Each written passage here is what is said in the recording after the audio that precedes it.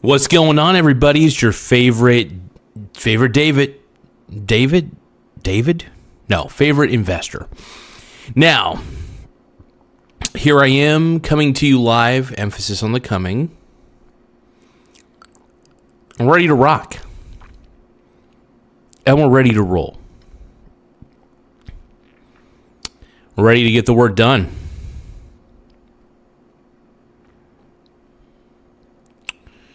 We're ready to hang out with our packages out. I don't have my package out. You wouldn't be able to see my package. That's what I'm trying to say.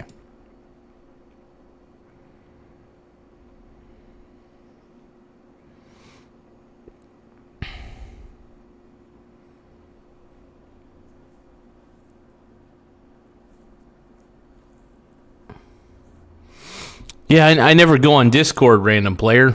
I have not been on Discord in so long, but let me check it out. Yeah, I just don't have any real reason to go onto Discord, though. I just don't go on there.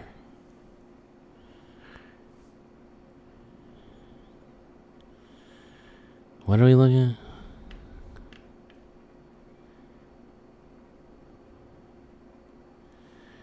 Yeah. I love my mustard, though. I'll tell you that. I'm the mustard man. I mean, I play video games. I just don't play any games that are social. I'm a very, I guess I wouldn't say I'm an antisocial gamer, but I don't necessarily play. I play a lot of older games. When I do, I don't even have a lot of time for video games lately, but when I do stream, it's usually about investing or something topical in the news, so I never stream any video games. I thought about it. I mean, I've done it a couple times before. You know, like I did a little bit of a stream of Final Fantasy VII. It's good to see you here, random player. It's good to see you. We always like having you on the chat. You add a certain randomness to it all, and you keep it entertaining, my friend. You keep it entertaining, and I appreciate that. I really do.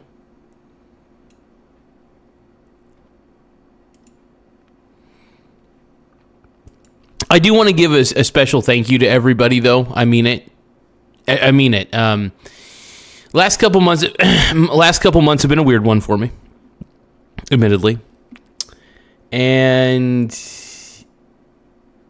I finally feel like I'm really, really on track. You know what I mean? Like, I don't feel like there's anything in my way, sort of thing, as far as it goes. So I'm feeling good. If you guys can, though, definitely tap the like button. It does help the channel grow immensely. And let's see.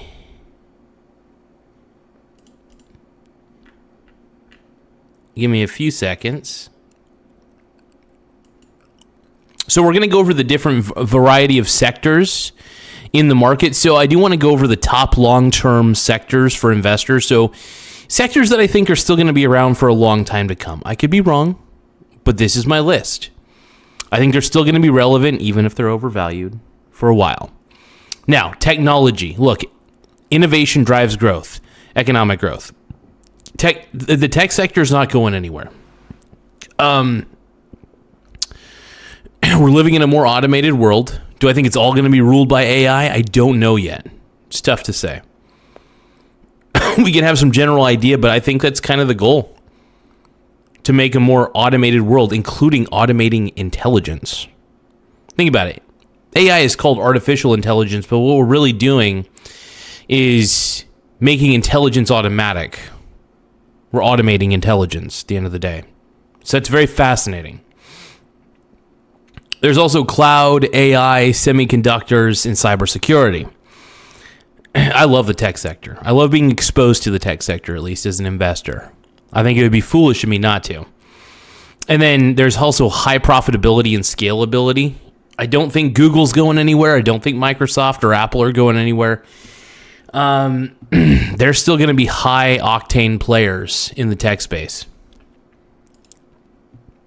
And I'm a very boring investor. I play it safe, admittedly.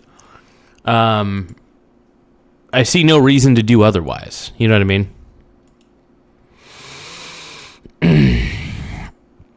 But it is good to see everybody on here, at least more people coming in. It's nice to see you, random player, honestly.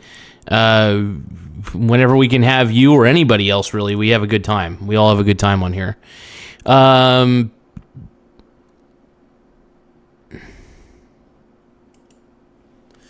So random players asking, is just saying, just keep plowing day by day. Will we be getting grunting and moaning push-ups tonight? If I feel like I need to do a few more push-ups, then yes, I'll probably do some in the corner. You guys will probably all hear me grunting and moaning in my corner while I do my push-ups. None of it is sexual moaning. Calm down, everybody. Calm your tits. Calm the tits, everybody. Please, please.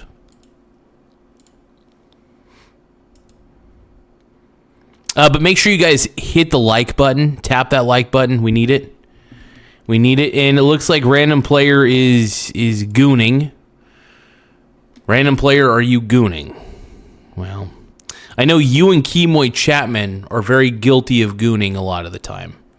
And I respect the game. You guys are the gooning brony brothers, all right? You goon harder than anybody, you guys. You guys are gooning. It's okay. That's what this space is about. That's what the Vertical Lives is about. It's about the art of the goon. It's about art of gooning, okay? 'Cause I've got faith of the goon. Chris says, hi, Michael, this is Norwegian Cruise. Dude, okay, so those Vegas guys called me earlier, the Vegas people. And they called me, and it was one of those spam numbers, obviously, and they were the cruise resort. Hey, you get to go to Vegas, and you get to be a part of this and this and this. So they were trying to scam me out of money, basically. And I told him he was a scammer and he needs to shove off. But I appreciated it. But yeah, and then Tyler Gear is saying, if your eye color was a paint swatch, what color would your swatch be? I don't know. Baby blue? I don't know. I have no idea.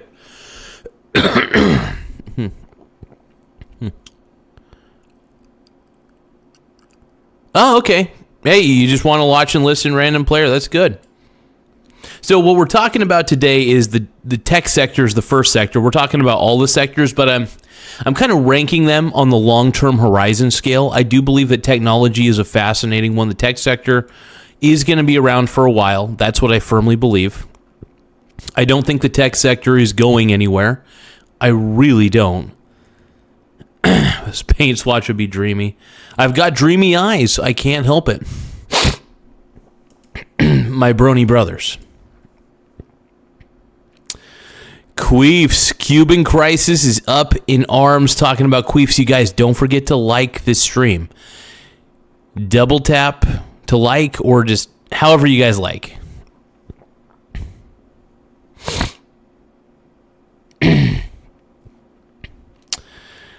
You got to give them your number, man. You got to look up those spam lines. You got to do what you got to do, bro. Yeah, whenever they call me to try to get my credit card number, I mess with them hard. I mess with them a lot. Okay, so at number 2, we have, for the list of top long-term sectors for investors, we listed technology at number 1. I gave a few reasons as to why. We got at number 2, we got healthcare. Now, first point would be an aging population plus medical innovation. So people are getting older. Medicines are being innovated. Things are getting better. It matters, man. It matters. Pharmaceuticals, biotech, medical devices, those sorts of things. Any sort of exposure you can get to the healthcare sector, even through ETFs, I think is a great thing. I have an ETF for just about every sector, though. But I have broad ETFs. I have small ETFs. I got everything under the sun, buddy.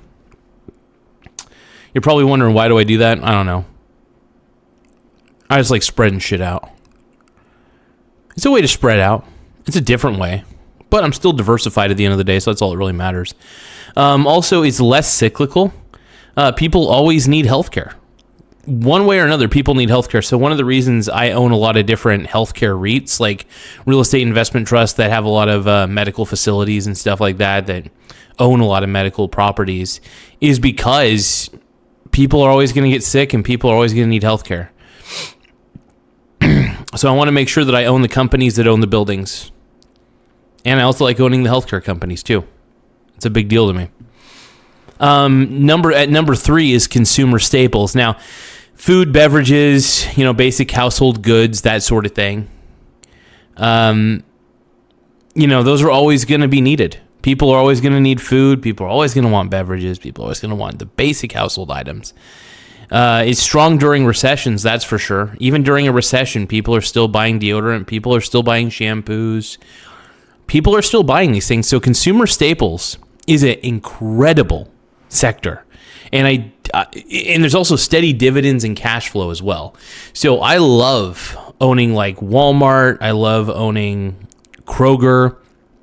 I love owning the companies that manufacture products like Johnson & Johnson, food companies like Hormel, that sort of thing. I like to make sure I own all the food companies, the beverage companies, the Coca-Colas, Pepsis, you name it. I want to own as many of those as I can, because the exposure to those companies means cash flow.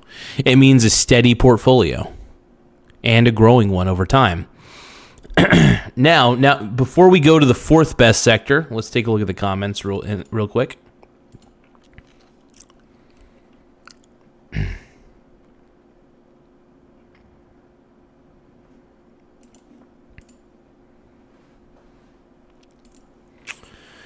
Okay, so not yet. I'm trying to preserve. Yep.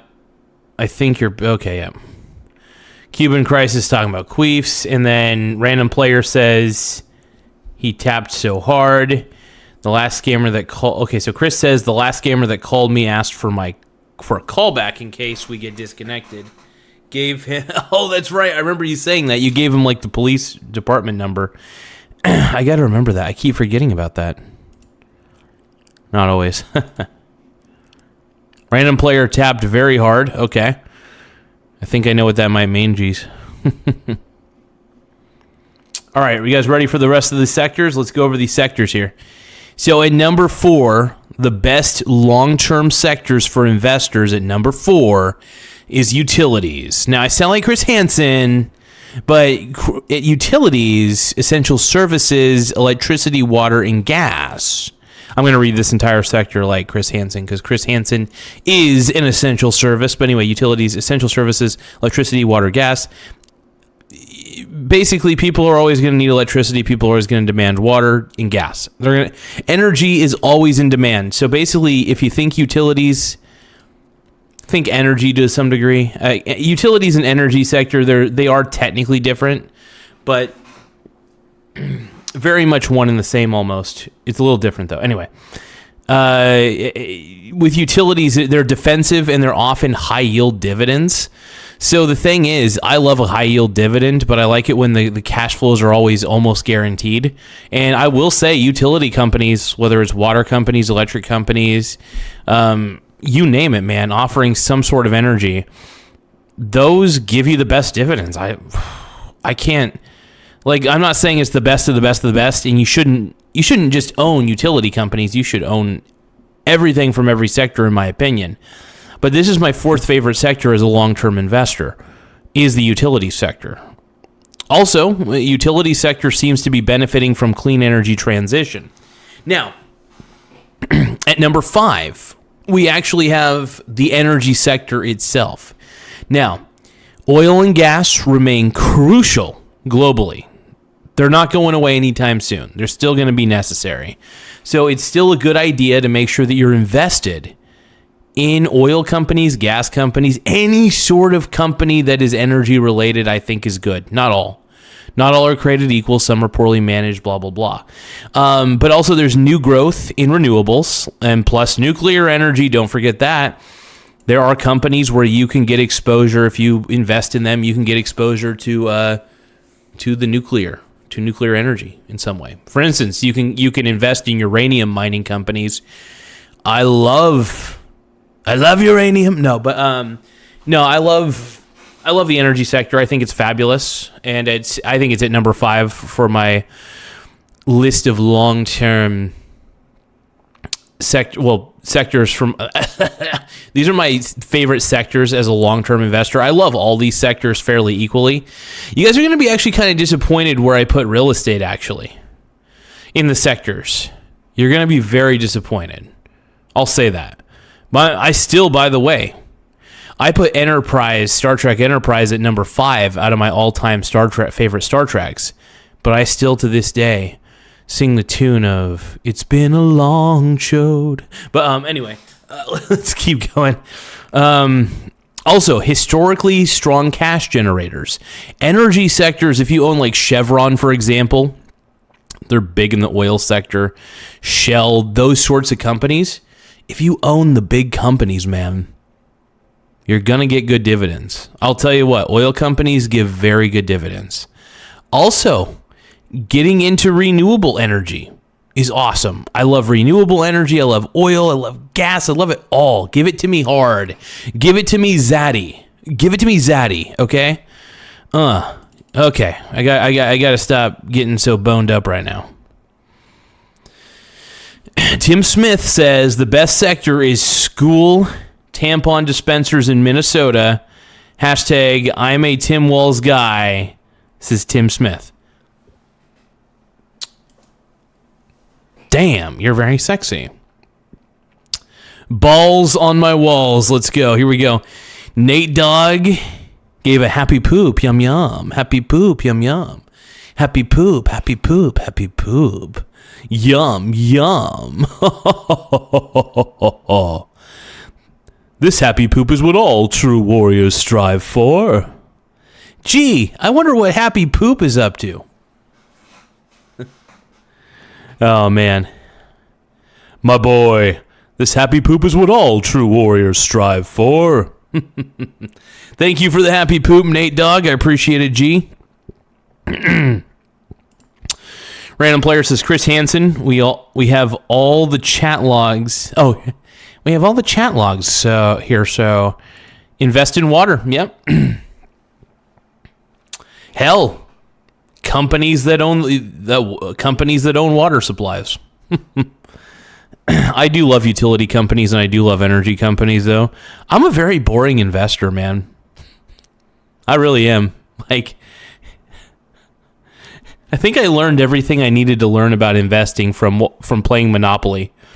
Because it's funny because I didn't realize I was a buy and hold investor at a very young age and I didn't even know it. Because when I was younger, I would try. My goal was to hoard as many properties as I could while playing Monopoly. I knew that it was better for me to take up as much space on the board and be annoying in Monopoly. So I was really a buy and hold investor at a very, very young age, which is really cool. I also loved getting the railroads and the utility companies straight up.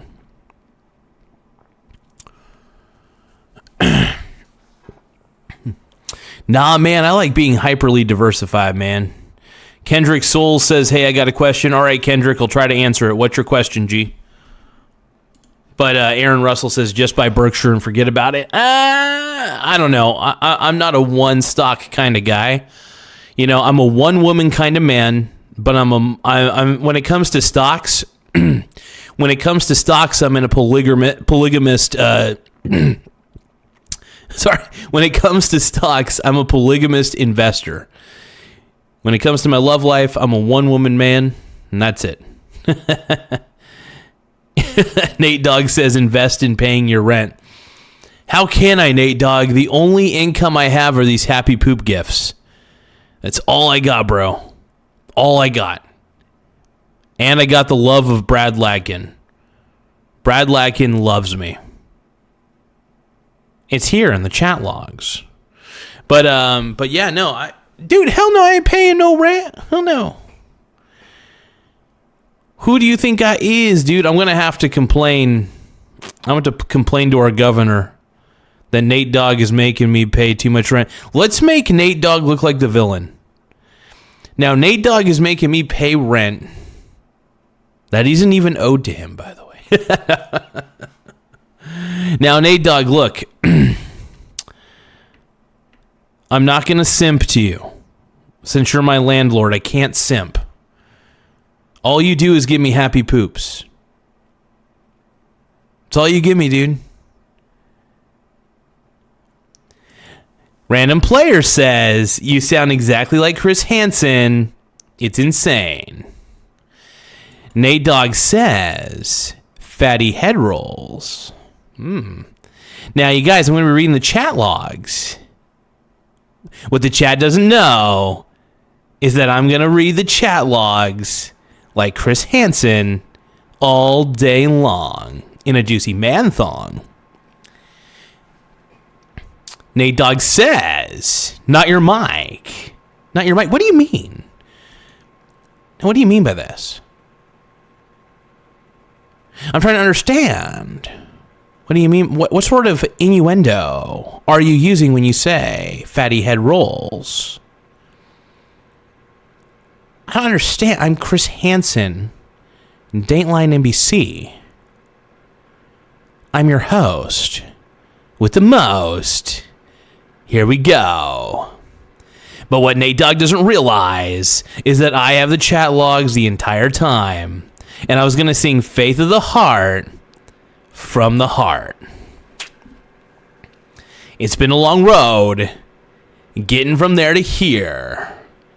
It's been a long time, but my time is finally here. And I will see my dream come alive at last. And I will touch the sky. And they're not going to hold me down no more. They're not going to change my mind. What do you mean by these words? What do these words mean? I have the lyrics right here, right now. Dateline NBC, Star Trek Enterprise Edition. I'm ruining YouTube. I just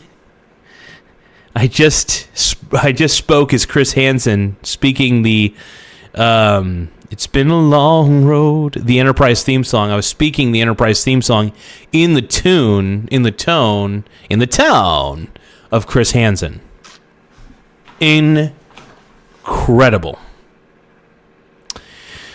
And now that I've abused Nathan and everybody here with my incredible Chris Hansen impression,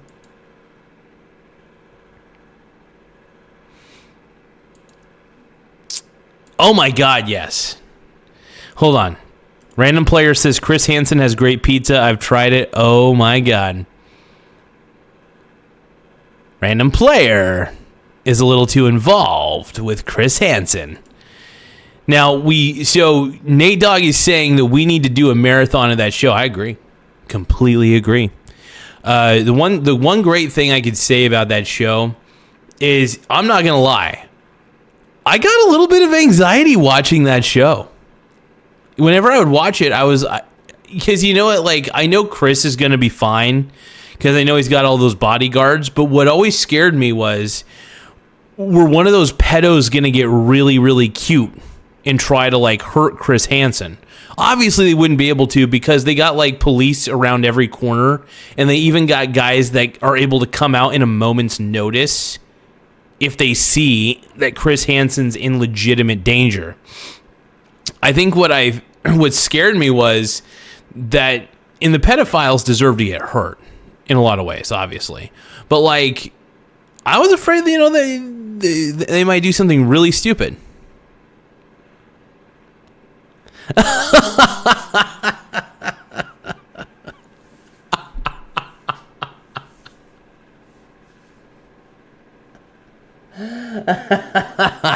Wondering about.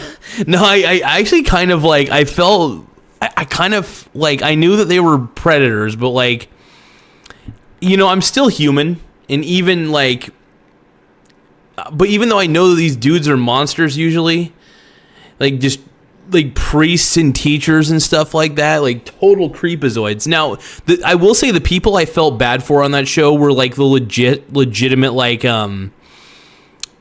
what do you call those guys? That literally had like mental problems because they were just like either severely autistic or like what's the other term? Like mentally disabled in some way, right? And yeah, dude, and that's the thing. Like, I was surprised that nobody actually ever took the time, because you think, at that point they know they're probably going to jail. But then again, in these pedos' mind, they think that they're somehow going to get out of it. They somehow, some way think that they're going to get out of this mess, this hole that they dug themselves in. They dug for themselves.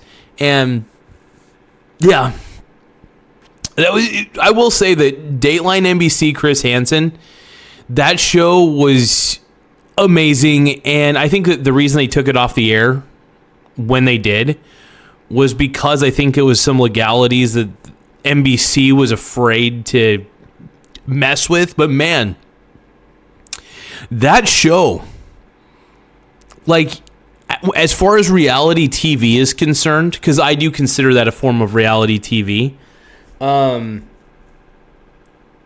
I would say To Catch a Predator's Chris Hansen is like up here, and then you have Cops right below Chris Hansen. So you got, okay, To Catch a Predator, Cops. I think third place, if we were doing a tier system on this one, would probably be the third. What would be the third? Because I thought Cops was fantastic, but we're talking about like kind of like, you know what I mean, like on the reality spectrum, like really reality. Like we're talking about real, like where law enforcement gets involved. I don't know, Jersey Shore maybe. I never really watched Jersey Shore, so I'm not sure if that was actually a good one or not. I kind of watched like some clips, but not enough to know if I would have liked it. But yeah, I was going to say where law enforcement's involved. But yeah, Cops was amazing. Cops was an amazing show back in the day. But yeah, no, Chris Hansen's To Catch a Predator, man, might be one of the best shows. And without law enforcement, though, I will say that one show, I only watched clips of this show. I'm trying to remember what the show's called. My mom and Byron watch it. It's called, it's the one where he gets like it's like they get the overseas, oh God, I gotta look it up. It's gonna bug me the rest of the show if I don't remember what it is. Oh, 90 Day Fiance. 90 Day Fiance. That show, honestly, I actually feel bad for the dudes because they're very, like, they're lonely. They're lonely dudes. And a lot of them are just trying to get these foreign girls a lot of the time. And the foreign girls are obviously there to use their money. But sometimes the guy will pretend like he's a sugar daddy. But in all reality, he's just a Splenda daddy. And he's about as broke as the girl that he, had take a plane ride over here. It's an amazing show. But like I said, I do actually feel kind of bad for the dudes a little bit because they're lonely enough and have been rejected enough by American women to where they're just like, you know what? They're just like, let's get a foreign girl. That's usually what happens in those situations. And if that happens, it happens. I mean, there's no shame in it. If somebody has to get a foreign bride, they have to get a foreign bride. But like, I watched that show and I'm like, dude, I just feel bad for both parties because it's like clear that, well, I feel bad more for the dude usually than the girl because the girl is using the dude. Now, in a sense, I do actually find it hilarious when both are trying to screw each other over. That actually makes me laugh a little bit. in the sense that, I don't know, I just think that you shouldn't try to get a foreign bride. I just think that the cultural differences, like these dudes are trying to get like chicks from other countries, right? The problem is there's such a cultural difference between American culture and most international countries that most of these chicks that these dudes are trying to get over from overseas are going to have such a tough time culturally adapting to the American society. That's my take on it. Oh, wife swap. Let's see. Unsolved mystery. So random player says used to watch Unsolved Mysteries. That shows it. Yep. Wife swap. Yeah. I never really. I think I watched a couple episodes of Wife Swap, but I will say those reality shows were just. I mean, reality TV is sort of dead. TV in general is kind of dead. You know what I mean? Not a lot of people really watch TV anymore. I mean, even people our age, like, I'm pretty sure most people on my chat are relatively within my age range, I'm assuming. And if you're not, you know, that's okay too. But yeah, I was going to say, nobody really watches TV anymore. I don't think people really watch TV. I would say people seem to be more interested in, like, obviously video games. I think video games also kind of killed TV in a good way. I think TV is just too passive of an experience. You know what I mean? That's my problem with television. It's just too passive of an experience. Now, I think it's okay to watch a TV show once in a while. I'm not like stingently against TV or anything. No, I just think that too many people, though, I think it's bad to spend any more than 2 to 3 hours watching TV. I'll watch a show for about an hour sometimes. I mean, there are days I go without watching TV. I will say I should count YouTube, actually, because there are a couple shows that I watch on YouTube, for example, for pure entertainment purposes only. And yeah. Anyway, I'm going off on a tangent. Let's finish off this list real quick. At number 6, my 6th favorite sector in the stock market is industrials, infrastructure, aerospace, automation, that sort of thing. I love automation. Hold on now. Hold on, Nathan. Hold your horses. I watch Pluto TV on my computer. Okay. I also have a projector in my room, so I do watch some streaming, mainly Pluto TV. I watch Pluto. So when I say I watch TV shows, what I'm trying to say is I don't even have cable. What am I kidding? I guess you could. I still watch shows, though, is what I'm trying to say. I don't watch traditional TV. Nathan did point that out, and he's accurate to point that out. I have cable internet, but I don't actually have like any TV services. I keep it basic. I'm a basic boy. Let's see here. Anyway. But yeah, like I said, for the industrials, like we have aerospace, infrastructure, automation, that sort of thing, and then reshoring and modernization trends, that sort of thing.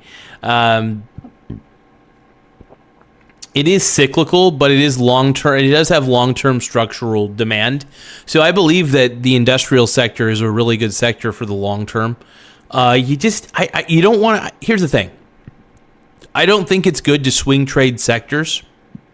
I really don't. I think it's good to own all things, companies from these sectors as a long-term investment, right? When it comes to swing trading, though, I believe in swing trading heavily diversified ETFs because, honestly, it's just so much fucking easier, and I sleep better at night knowing that I've got the VT as my swing trading vessel. Anyway, which, by the way, for all those who don't know, VT stands for Vanguard Total World Index ETF. It's an ETF that holds over like 10,000 different companies. It's incredible, and it's companies from all over the globe. It's very sexy. Very nice. Let's see. Baba Kari. Hello from Persia. Are you the Prince of Persia? Baba Kayavari says hello from Persia. Are you the Prince of Persia? It's a very unserious question. But we have a Persian prince, I'm assuming. Are you a Nigerian prince? Do I need to send you guys money? Is this a scam? My credit card number, you say? Okay. Sure. No, I'm just kidding. All right, let's keep going.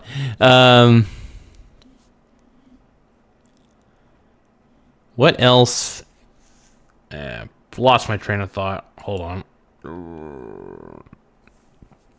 Anyway, so industrials at number 6. At number 7, financials. So we got banking, insurance, asset management, that sort of thing. Benefits from rising interest rates and economic expansion. That's another thing about the financial sector. I love owning banks. It's funny because I own several different banks, but I only have like a checking account at one of the big banks. I don't think you need a checking about. You don't need to have a checking account at every single bank you own, by the way. Just to let you know. So you can own a bank. I own Wells Fargo, for instance, and I just have a credit card through them. But yeah, you can invest in anything you want, really. You know, there are companies where I actually don't use their product at all, but I know the company itself is so fucking good that I'll invest in it. Because I know that not all products are really meant for me. I'm a minimalist anyway, so I just kind of figure out what all my friends and family use on a day-to-day basis, and I'm like, oh, what company makes this? Okay, I'll buy a share of that company. That's typically how I invest. It's really ridiculous, but I mean, I also invest in broadly diversified ETFs, but it is fun to like get involved in a company that I know people use. Like Coca-Cola, for example. I do love Coca-Cola. It's one of my favorites. But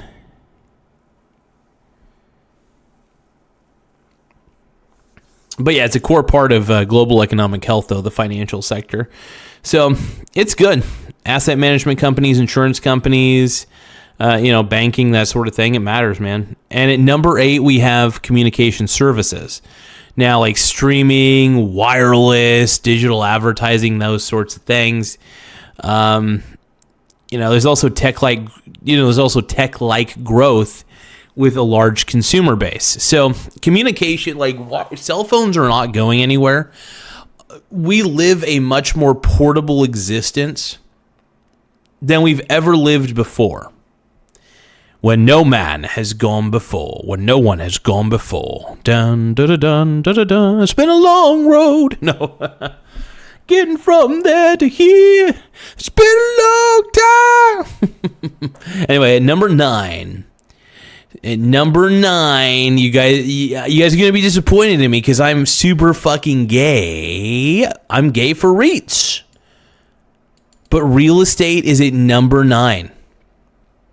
And there's going to be a lot of people mad at me about this. Why do I talk about REITs so much while having REITs as my 9th favorite sector? By the way, I love all these sectors, by the way. These are incredible sectors. But why do I have REITs at number 9 when I am so sprung for REITs? It's simple. Real estate is a no-brainer. But when it comes to real estate investment trusts, you're not getting like super growth, right?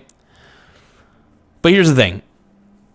So even though I put REITs at number 9, even though I put real estate at number 9, remember, I love Star Trek Enterprise, but I have to put it at number 5 as my all-time favorite Star Trek. So because of that, even though I love real estate investment trusts and I talk about them a lot, and I think they're great for most investors, is one of the reasons why I talk about them. Because real estate's familiar to people. Real estate's a little more relatable, and that's why I think REITs are actually a good thing. So, for example, with the REITs that I'm referring to, like residential, industrial, data centers, it's also inflation hedged and income focused, right? So you're getting dividends.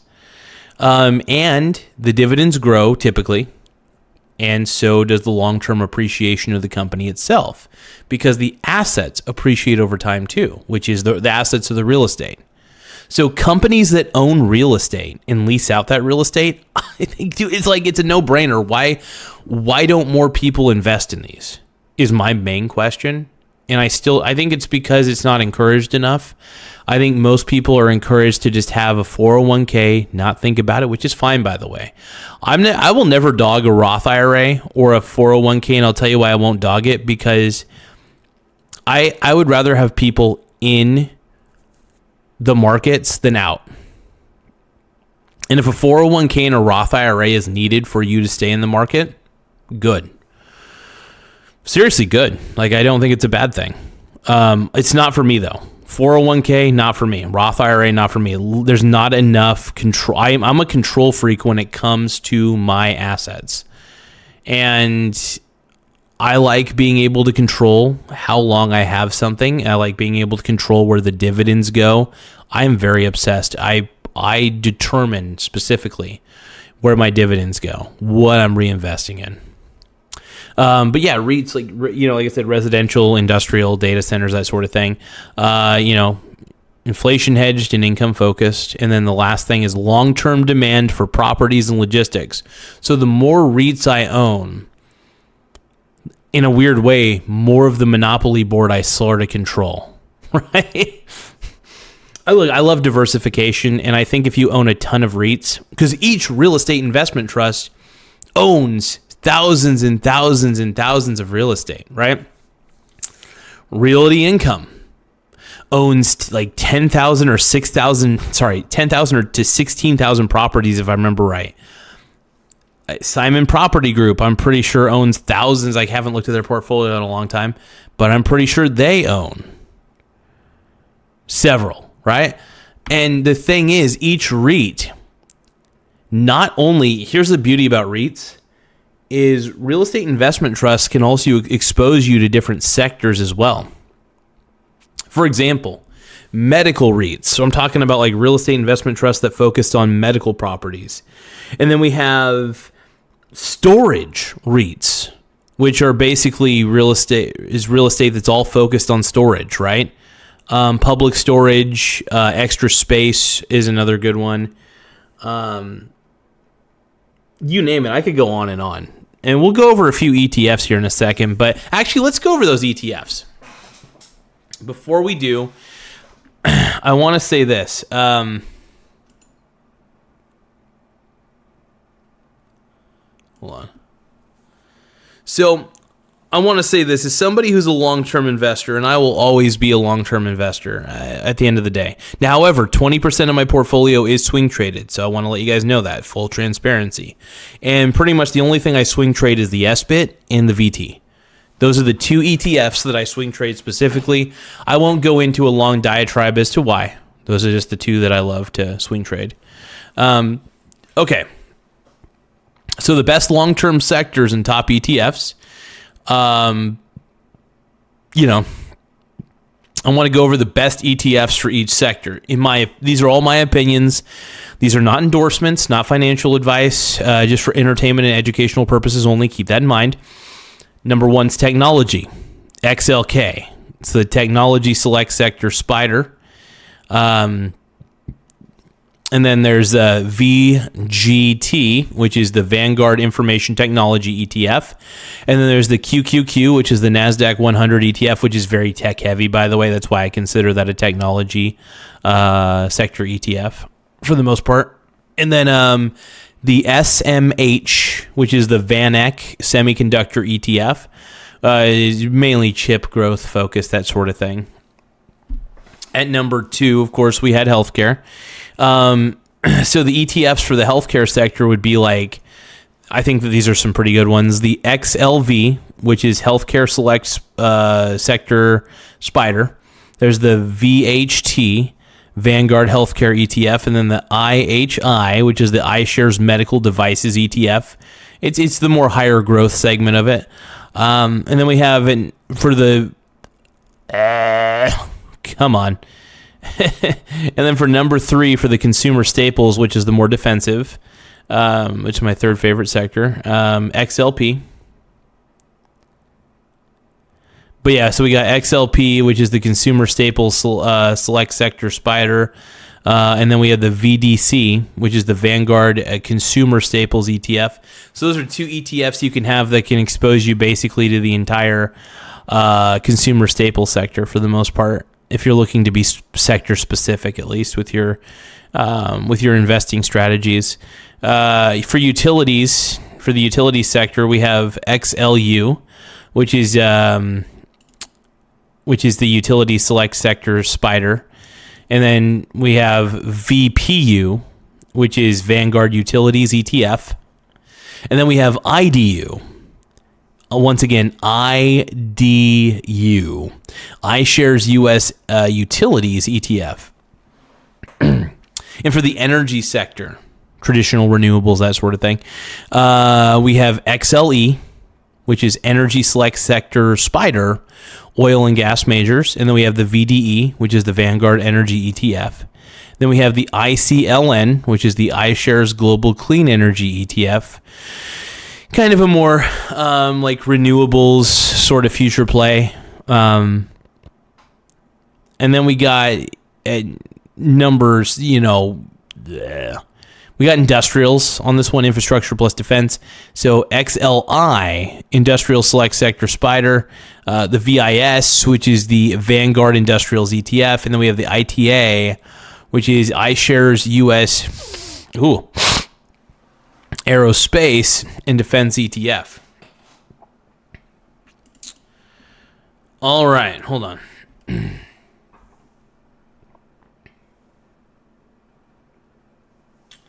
I'm not putting barbecue sauce in my hair.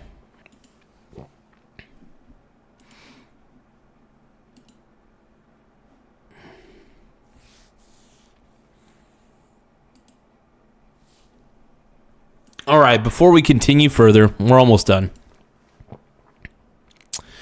Okay, so for financials, we got the XLF, Financial Select Sector Spider, and then we have the VFH, which is the I think I already went through these. I don't know if I did or not. My mind is turned to clay. Anyway, KRE, which is Regional Banks ETF, if you want higher risk and reward, that sort of thing. And then at number 8, we have communication services like media plus connectivity, like the XLC, Communication Services Select Sector Spider, and then VOX, which is the Vanguard Communication Services ETF. And then for real estate, these are some good ETFs that'll expose you to pretty much the entire real estate investment trust sector. I wouldn't say the entire, but pretty close. So we got VNQ, which is the Vanguard Real Estate ETF, and then we have the XLRE, which is the Real Estate Select Sector Spider, and then we have the SCHH, which is the Schwab US REIT ETF. All beautiful, all incredible. I think exposure to each of these particular ETFs is a good thing. Now, if you want to have exposure to all of these sectors without having to get into every single nitty-gritty individual stock or individual sector ETF, you can just buy the VT. I'm not kidding. It's the Vanguard Total World Stock in ETF. Talked about it earlier. It allows you to hold, it holds all the sectors and all regions automatically.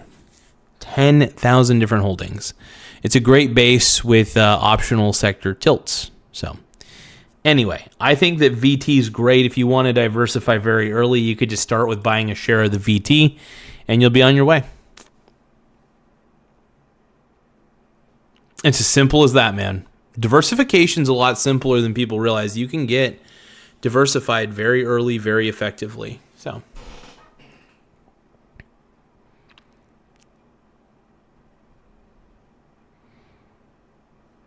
any questions? Oh, I need a moment. I'm going to get myself a Sprite. I'm craving a Sprite.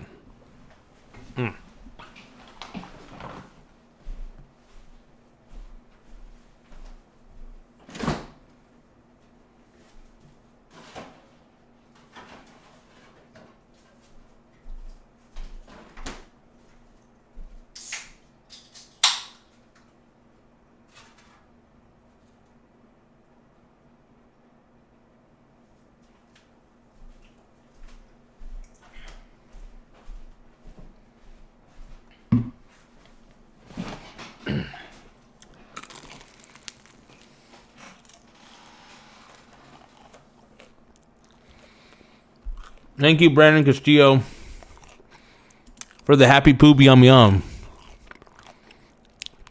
Let's give it up for Brandon Castillo for the happy poop yum yum.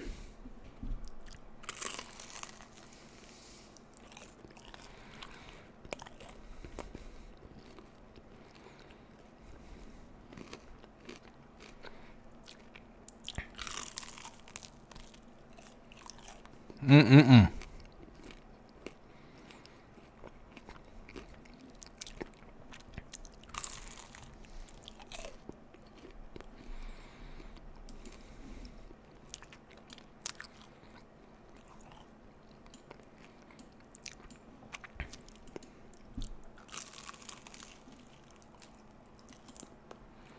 Mm-mm-mm.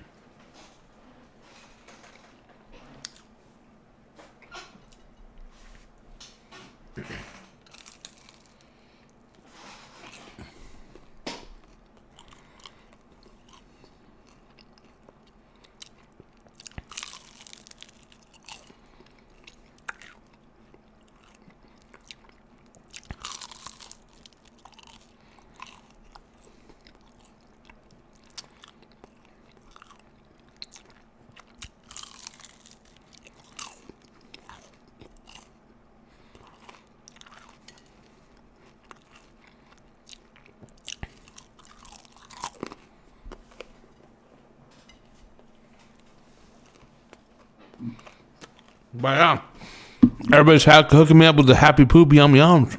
Oh. I'm stoked.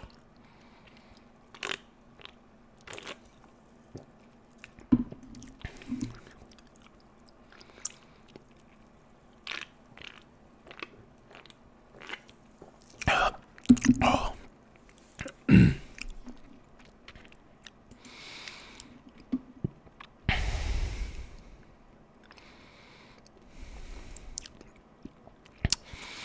So how you guys doing tonight? We just went over the different sectors. Went over the different sectors of the stock market, I should say. And we went over a few ETFs that may be helpful for you. Well, helpful to you if you decide to use them to get exposure to the different sectors of the stock market. There could be a lot of advantages. ET is asking, can someone send Garza some money? I mean, if people want to send me virtual gifts, I'm not opposed, by the way. I love virtual gifts, man. I'm an e-girl. I want to be an e-girl. Yeah. I want to be an e-girl. Let me be an e-girl. I know you want my mussel. And you're talking about my bussy. Everybody wants my mussel. Everybody, yeah. Everybody talking about my mussel. Oh. Why is everybody talking about my mussel? Everybody wants to get up on the bussel.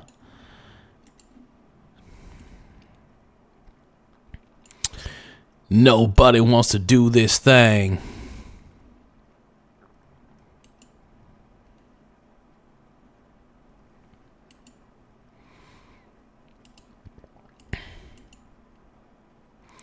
Mickey Avalon, call me Mr. Right.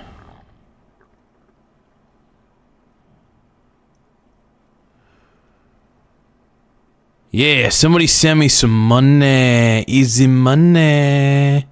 Super chat, man. You want to send me super chats? Do what ET says. ET's smart. ET says to give Garza some money. Virtual gifts? Yes, please. LOL. What's up, my sugar bronies? Phony baloney dildos. What's going on, my brony brothers? Do you guys think Saudi Arabia is going to sponsor this? We need Saudi Arabia as a sponsor.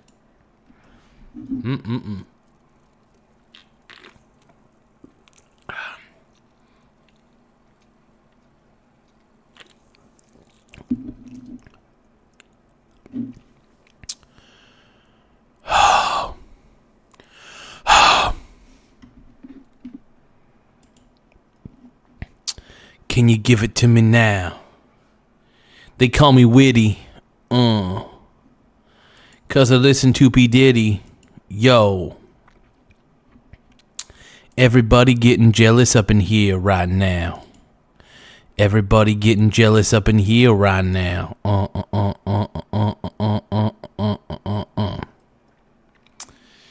All right. So, see what else do we want to talk about, folks. We're kind of sticking to the sectors of the stock market and stuff like that, but plenty of opportunities that people are not always aware of. You know what I mean? And staying incredibly diversified can have numerous advantages. And I don't think those advantages are really talked about in length, in detail. I think too many people encourage over concentration into either a few stocks, which I think is a bad idea. I think it's good to be heavily diversified, man. You don't need to be all in on a single company. Even if you believe in that company, by the way. This is not a shot at anybody, by the way. I just believe that you shouldn't be completely all in on one single thing. Like, for instance, even though I'm very into doing this YouTube channel, I am not as all in as one would seem. Because I do have other streams of income. And it's all passive. Like, I don't actually have to work to make the income work, right? I have a deep savings account, that sort of thing. I keep it as intelligent as I can. But, yeah. And it's all passive. Like, it's great when you don't have to work for the income. That is the best part about it. And I got lucky. I got very lucky on that one.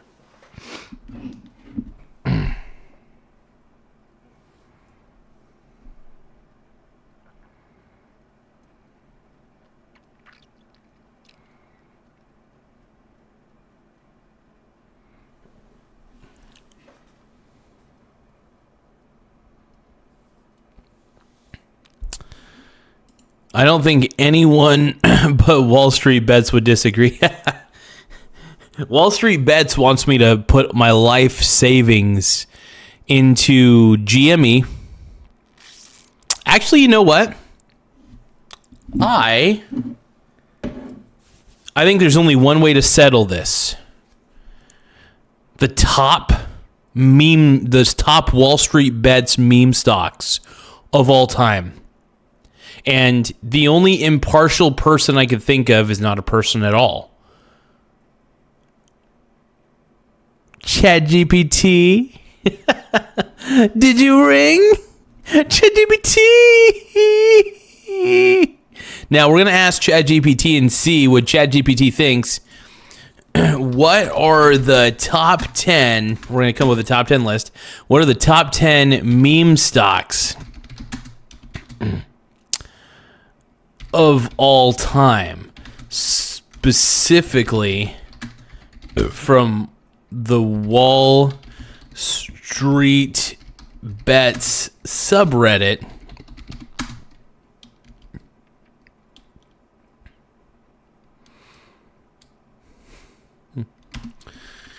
Okay.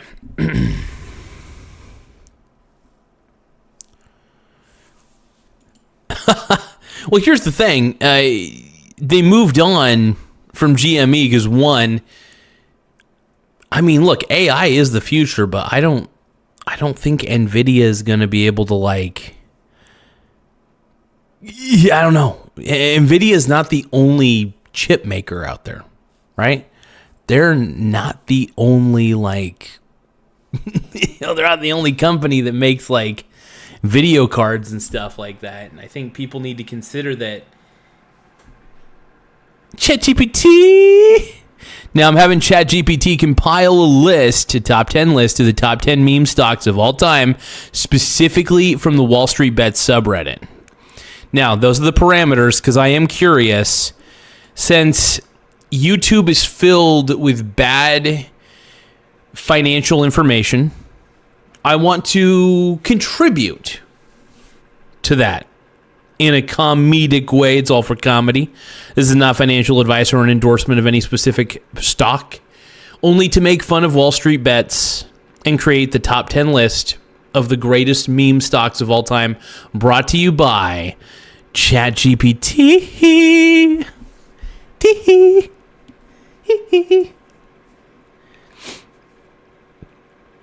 Okay, the top 10 Wall Street Bets meme stocks of all time. At number 1, GameStop, GME, the original, the OG meme stock. 2021 short squeeze launched the whole phenomenon, driven heavily by Wall Street Bets posts and deep fucking value Roaring Kitties, DD, his double D penis. No, anyway, the price went from the teens to the hundreds in weeks, forcing huge losses on short funds and triggering congressional hearings.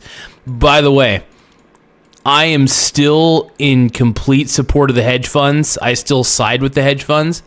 And I don't know, Wall Street Bets still thinks I'm evil. I don't give a shit. I'm tired of retail investors justifying pumping up shitty stocks. I can't do it because retail investors also promote not only meme stocks, but crypto. Fucking meme cryptos. It's sick. AMC Entertainment, apes together strong. Apes together strong. Cinema Chain became the second core meme stock after GME, with Wall Street Bets pushing a massive short squeeze and coining half the meme vocabulary. It stayed a Wall Street Bets favorite through multiple waves, like the 2021 wave, the 2024 wave, Roaring Kitties comeback, of course, in 2024. Yuck. Oh, the hedge funds love me, man. Me and the hedgies are really... I think it's because I think like a hedge fund, is what I realize. I think a lot like a hedge fund does, and they just make sense to me. I don't think like the retail investor, man. I just don't. I don't. If a stock is just, if it's not going to be a profitable company and it's been failing time and time again, I'm not for it. And I think it's bad when people get together and artificially pump up the price by putting an artificial demand out there by everybody buying at the same time. It's just a manipulation. It sucks. But hey, you know what? That just gives the hedge funds even more of an edge by buying put options. You know, so it ends up being in the hedge fund's advantage one way or another. Hedge funds always win. I wouldn't say all of them win, though. Some of them actually got really screwed by that. I'm not crying for the hedge funds either. If they were dumb enough to put all of their bets by betting against GameStop, that was kind of on them. Now, if a hedge fund failed, I don't feel bad for them. But at the same time, I'm just like, come on, guys, what are you doing?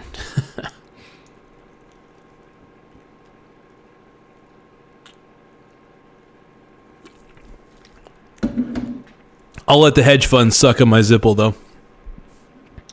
They can suck on my Zipples. Would you like to Zipple? I still love that Andrew Russo. Short video, though. And then we got Bed Bath & Beyond, BBB. Why? The dead retailer that wouldn't die. Now, frequently listed among the top meme stocks alongside GME and AMC, had multiple violent squeezes as Wall Street Bets tried to moon a clearly struggling business. Yeah. I like Bed Bath & Beyond as a concept of a company, but obviously they weren't doing well, and they were going under. So, at number 4, we have, to be honest, I've always loved this company. It has a special place in my heart because I always wanted to own one of their products. Can you guys guess what company that is? BlackBerry, ticker symbol BB. Now, nostalgia plus high short interest. Basically, this was catnip for the Wall Street Bets. Now, early 2021, BlackBerry was one of the main Reddit stocks pumped alongside GME and AMC. Often grouped as a first-generation meme stock with GME, AMC, and Nokia. That's another thing. So, look, I'm a BlackBerry guy. Here's the thing. I've always wanted a BlackBerry, but I did at one point in my life have a phone with a slide-out keyboard, which was so flipping cool, by the way. There's nothing cooler than having a phone with a slide-out keyboard. I'm just going to let you guys know that right now. Straight up. I can't help it, man. I can't help it. And I can't help myself. Ooh, ooh. She drives me crazy. But anyway, BlackBerry. Wrong. Why am I wrong, Michael Donaldson? Dude, I thought BlackBerries were super cool. But yeah, I never had a slide out. Like, I had a slide out keyboard, but I love the tactile interface. I really do. Dude, Michael Donaldson, what are you talking about? Slide out keyboards are the best. They're not tarded. Come on, man. Dude, slide out keyboards rock. Also, the BlackBerry had the keyboard like right there. I never had a phone that just had the keyboard right there. I always wanted a BlackBerry though. Like, part of me, within my heart of hearts and my soul of souls, BlackBerry, the last phone the BlackBerry came out with, I think was in 2018 or 2019, I want to say. And part of me wants to buy one. Obviously, I'd probably be getting a refurbished model, but would it be fucking cool? Yes, it would, because you want to know why? I think there's going to be a huge demand for BlackBerry phones. I really believe this. We're already seeing it with the Titan 2, and who knows? BlackBerry is still a company, by the way. Could they eventually get back into the smartphone business with a high demand? They have all the patents. BlackBerry still has the patents for those phones. And I'm pretty sure that a manufacturer is probably on their knees begging BlackBerry, please, we'll make them for you. We will make your BlackBerries. Just trying to get a rise out of you. It's been like a decade since those were around. Dude, the last BlackBerry phone was like 2019. But it was an Android-based BlackBerry phone, Mr. Donaldson.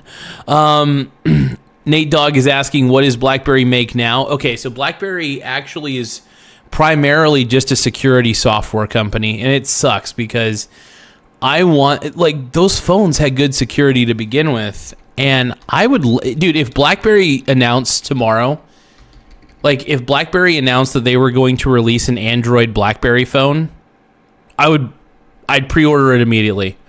That's how badly I've wanted an official BlackBerry that's relevant, for a long time. I would love it. It's funny, they still sell some of those BlackBerry phones on Walmart and Amazon. The BlackBerry Key 2, I think, was the last one they came out with. So BlackBerry, what is BlackBerry now? So I'm on BlackBerry.com, their official website.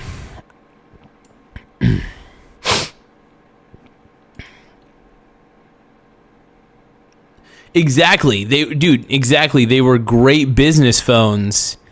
And that's kind of why I wanted one. You know what I mean? I love the keyboard. I'm not going to lie. The keyboard is like the most appealing thing about BlackBerry, right? I love it. Like I don't know how anybody I understand that, you know, people like touchscreen and stuff, but there's something about the tactility of just pressing those keys. And maybe I'm just too old, but I guess I'm not the only one. Gen Z, by the way, is one of the reasons that the Titan 2 by Unihertz is so popular. If you guys get bored, look up Titan 2 by Unihertz. It's basically a BlackBerry clone, but I want BlackBerry, the OG, by the way. I want them to manufacture smartphones again. I want it so badly.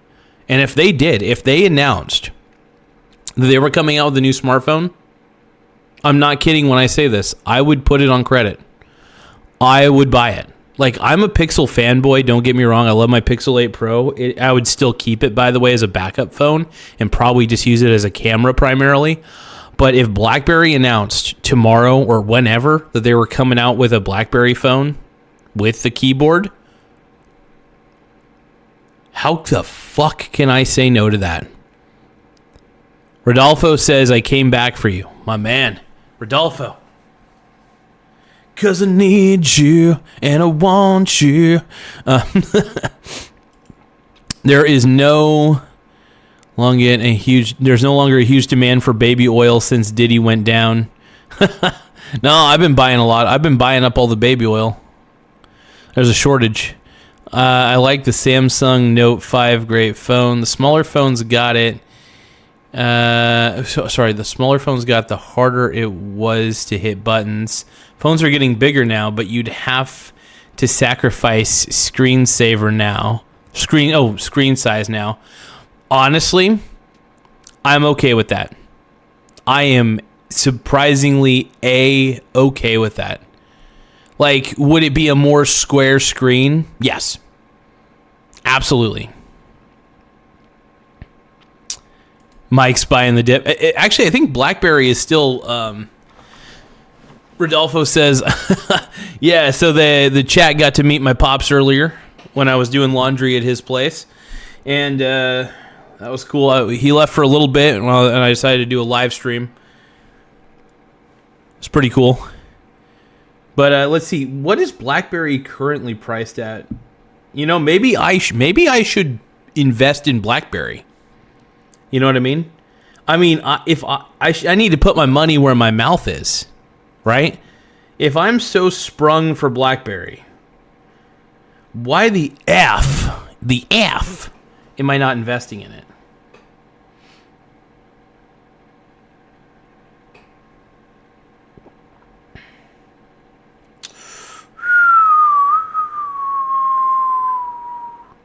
Ooh. So BlackBerry Ivy, the result of a partnership with Amazon Web Services, could create a revolutionary software ecosystem for connected vehicles, allowing OEMs to process, analyze, and monetize massive amounts of vehicle data. So BlackBerry still makes like security software and stuff like that. They were one of the most, by the way, BlackBerries were one of the most secure phones of all time. Straight up. And I think if they did more, oh, my dad's in love with Biden. No, my dad loves Biden. It's okay. Nothing wrong with that, though.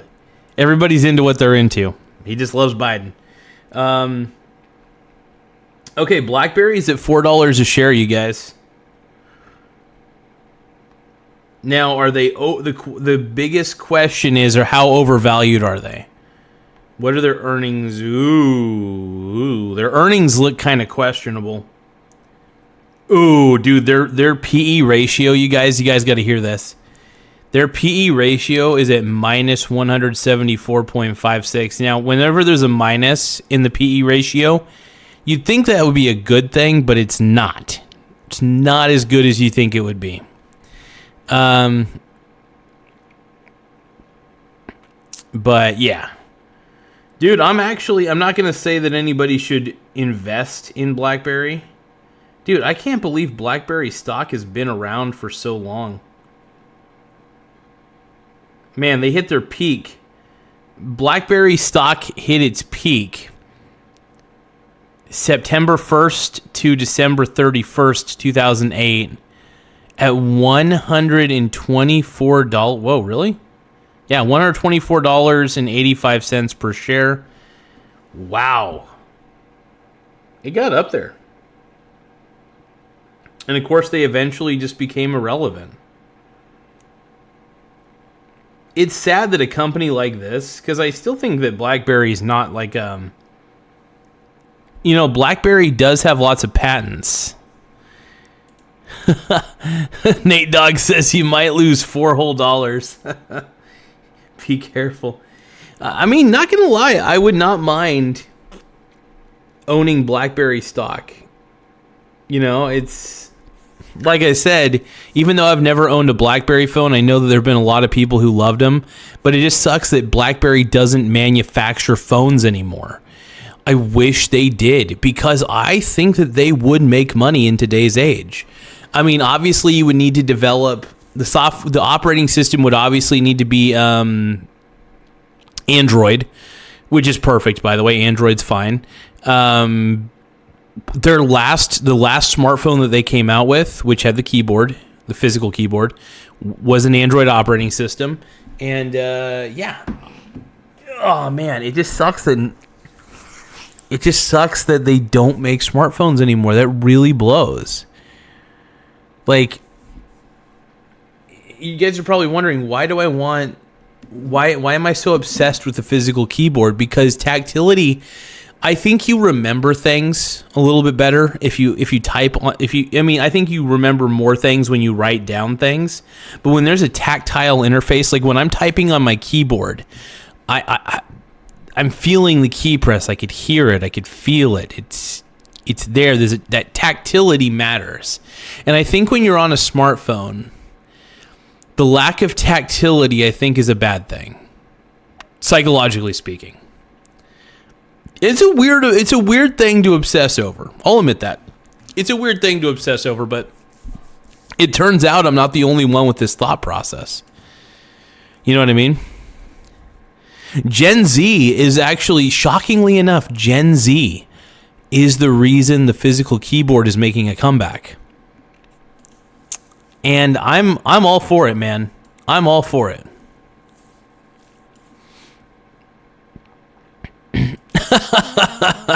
Nate Dogg says, old man talks about the typewriter in the age of touchscreens. Yeah. There are times where there are things that I felt were good. And I felt like the keyboard on the smartphone was a good thing. I really do. And BlackBerry was cool. You mean hipsters? Oh,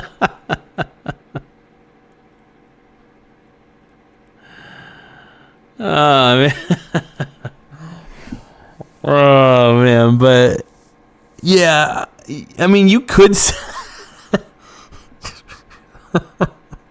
Just get a typewriter and turn it into a Bluetooth keyboard or something like that. I'll modify. I'll get typewriter keys and I'll just somehow create myself a Bluetooth keyboard or something and just associate it with a smartphone. But no, really, I want that. I want to feel that with my thumbs. I want to feel the keyboard. I don't know why I'm doing this with my thumbs, but it'd be cool. I think it would be fabulous, man. It'd be amazing. And it's so funny that BlackBerry made the list, and I'm talking about BlackBerry the most right now because I think make BlackBerry great again, okay? Get them to manufacture some fucking phones. I want their phones back, dude. Put the keyboard in the paper slot.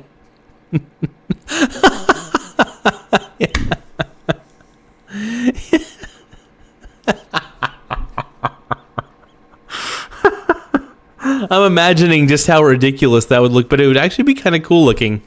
That'd be kind of funny, man.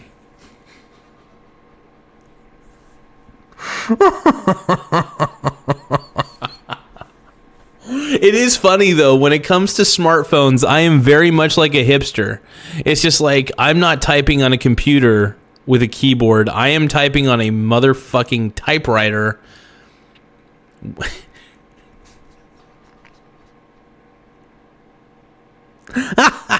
I just find it very funny. Yeah, I'm basically I'm the new hipsters. I'm the neo hipsters at this point. I demand physical keyboards on phones. I need a computer.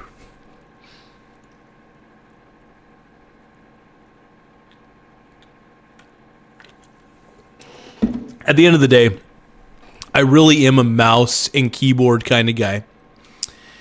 I love keyboards, man. Honestly, the tougher the keyboard, the better for me. But yeah, I mean, the BlackBerry keyboards, from what I've read, are pretty durable.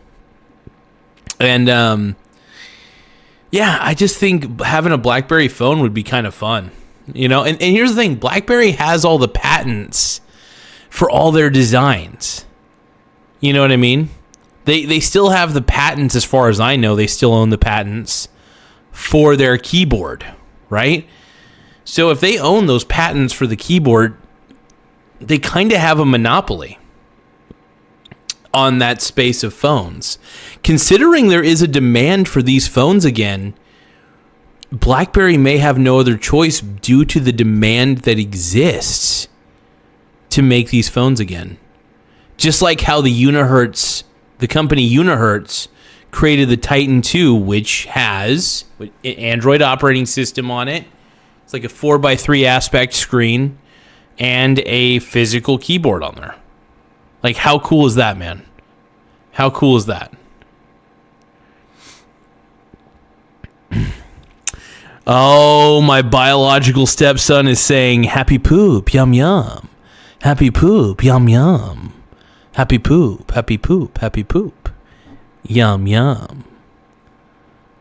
But yeah, no, I'm basically an old man talks about the timer.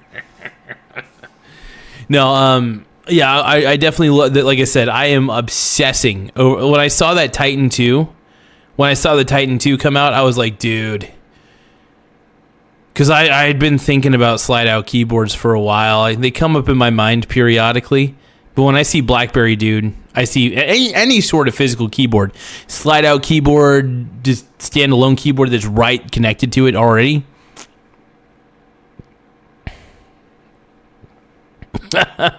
So Nate Dogg wants a keyboard that fans out like a deck of cards. That'd be interesting.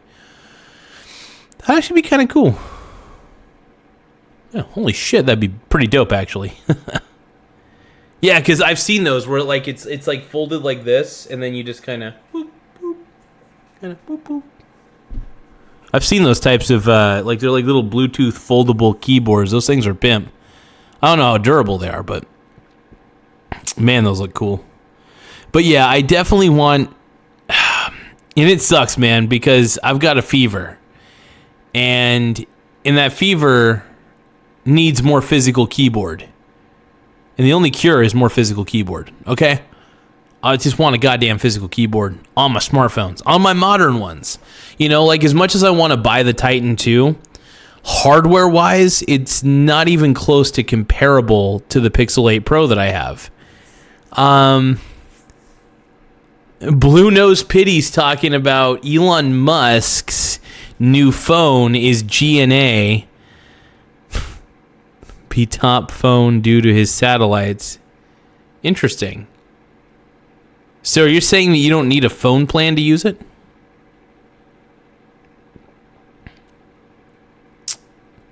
Maybe you probably do. I'm pretty sure you have.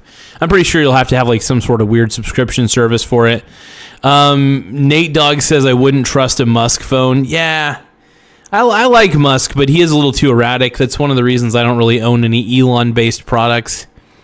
I mean, like, as a person, I find Elon Musk very fascinating. Would I own any Elon Musk products for the most part? Not really. I think he's cool. I think the company Tesla is amazing. I think SpaceX is pretty dope. But Owning a phone by Elon? I don't know. I will say, though, if I was out in the middle of nowhere and I couldn't get good internet connection, I would definitely consider getting a Starlink. I would definitely get a subscription to Starlink, though.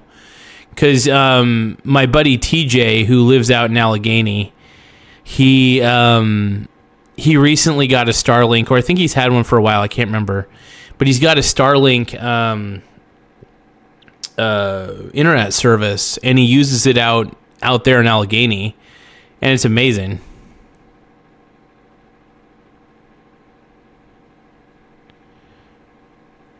Oh yes, I saw that video. That sucked, dude. I was like, what the fuck? Like, here's the thing, that is incredibly dangerous to have a car shut down in the middle of the highway. Like, if you're gonna shut it down, make sure, I still think that's really, really stupid, man. That is I don't know what triggered that feature to make the car just shut down on the highway, but that's wild to me. That is absolutely wild to me. Blows my mind.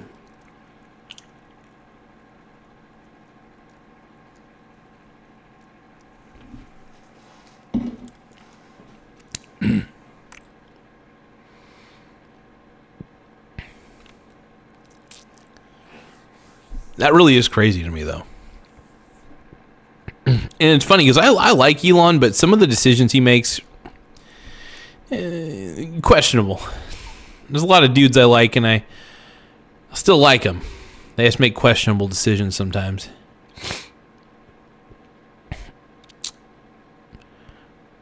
Breach of the terms of service, yeah. So let me get this straight. So let me get this straight. The guy that owns the car featured that specific car that he bought. He featured it in a music video or in some sort of commercial sense. And because of that, it was against the terms of service. So what? So like, let me get this straight. If I made a rap music video with my crappy rap lyrics and I had my Toyota freaking Corolla in the music video, what the hell? Would Toyota do that to me? Probably not, because they probably wouldn't give a flying fuck.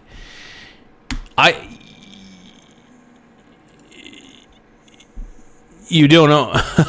Yeah, I don't own a Tesla, but what I'm saying is if I had my Toyota Corolla and Toyota was like, just, I don't know how they could remotely shut down my car, but let's say they could. I don't think Toyota would. I think that some companies need to pick and choose their battles. You know what I mean? And shutting down a person's car because they violated the terms of service, maybe you should send them an email. Or maybe you should send them a cease and desist letter and not shut down the fucking car, you know, on the dude while he's driving. That really actually pisses me off. I forgot about that too. I saw that video. I was like, dude, what the fuck? That makes zero sense to me.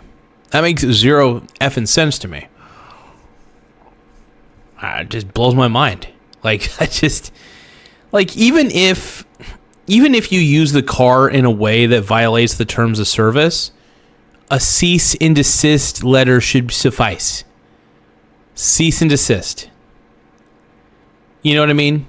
And then if he doesn't respond a few times, I'm not saying shut off the car, but honestly, if he owns the car and he's using it for commercial purposes, isn't that his choice? Right? I mean, that really is insane to me. That really is insane to me. That blows my mind. Does he have to get a license, does he have to buy a specific model for commercial use? I mean, what the fuck? Scott says you will own nothing and be happy. Ugh. That's the type of world we're looking at, Scott. That's the type of world we're looking at. Unfrickin' fortunately.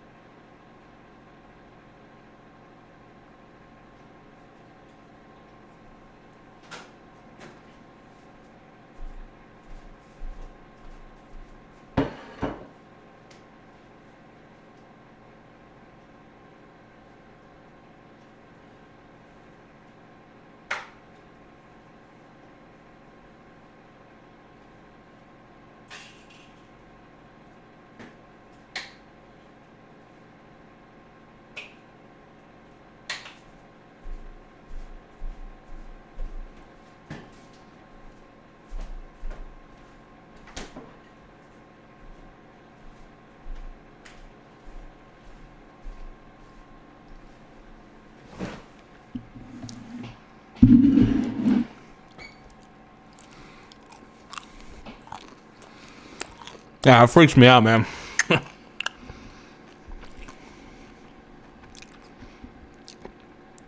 I am happy that I don't own.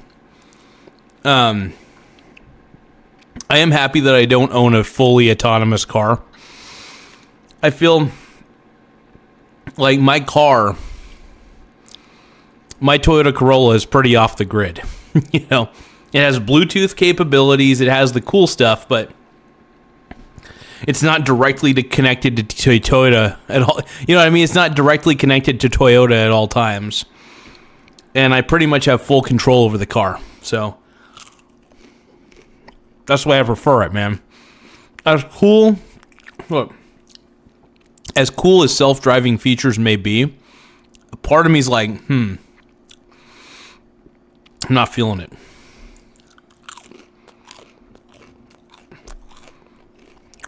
It's tough to say what the price we pay for that sort of automation, you know.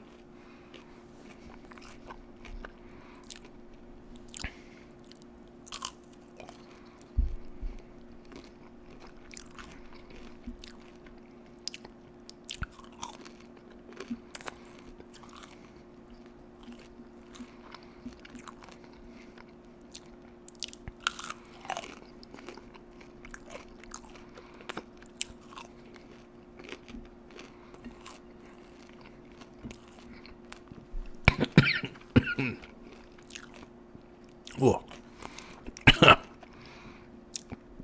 Sorry, guys, I'm eating in front of you.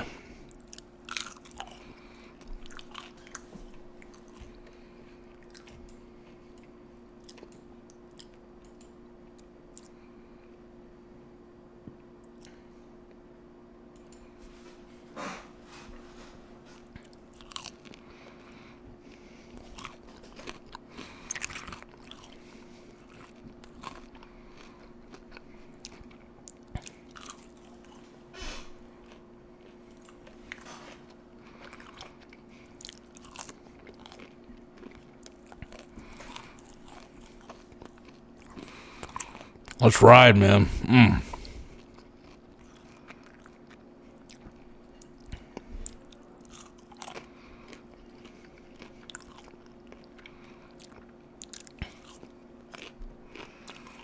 don't think I'm going to be on super late tonight. I'm kind of tired. You know? Just exhausted mentally. Probably going to read a little bit of my book tonight. I got a few books that I got on the back burner I got to keep reading. I read primarily for information, though. That's kind of the way I do things. I love reading for information. It's a passion of mine. I know people say they read for pleasure, but reading for information gives me great pleasure. I don't know. I'm a weird dude in that way.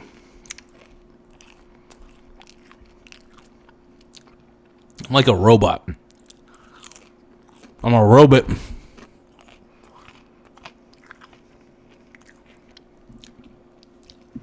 All that Space Invaders, yep.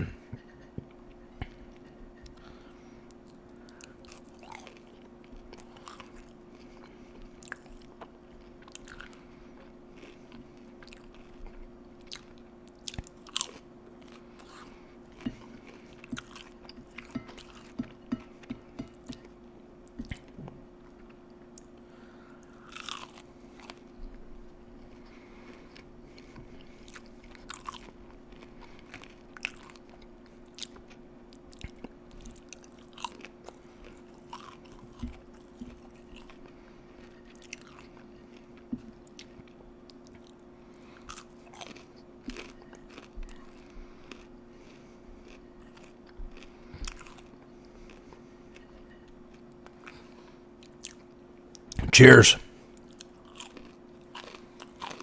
I'm a hungry boy, man. I'm a hungry boy.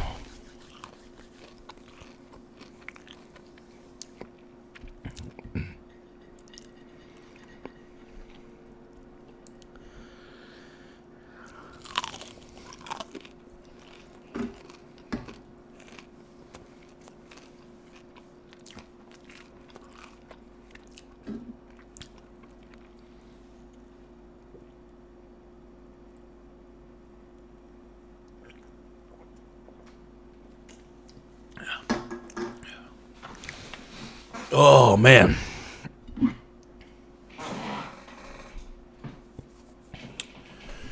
Whew, those are spicy. Oh.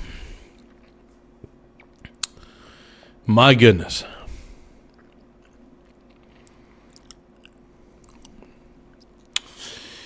Peace out, Blue Nose Pity. My boy, dude.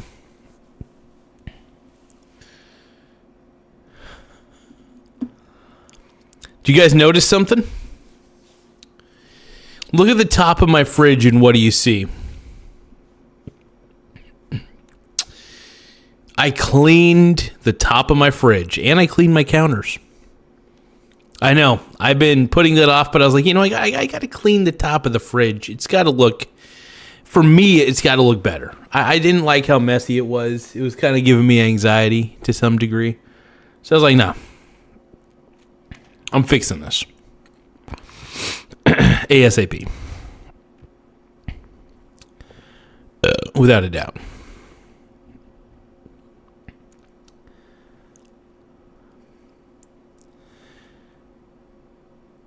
No more farting ninja. Actually, I don't know where I put that. I put it like in a cupboard somewhere.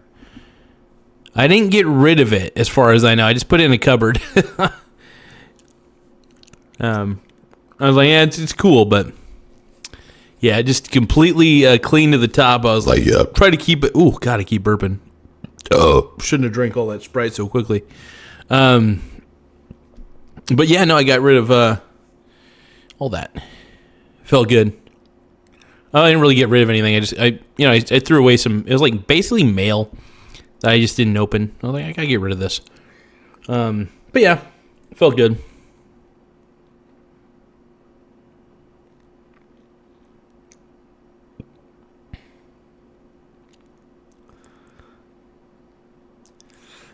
I mean, there's Doe 53. There's a lot that people can complain about on this show.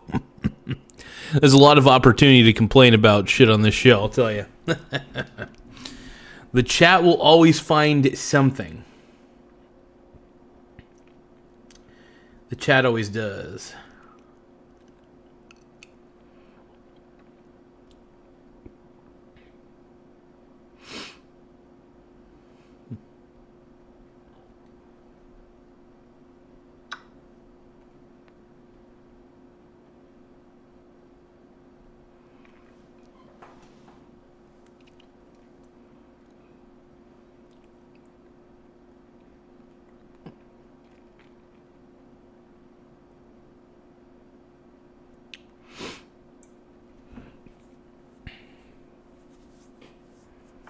I'm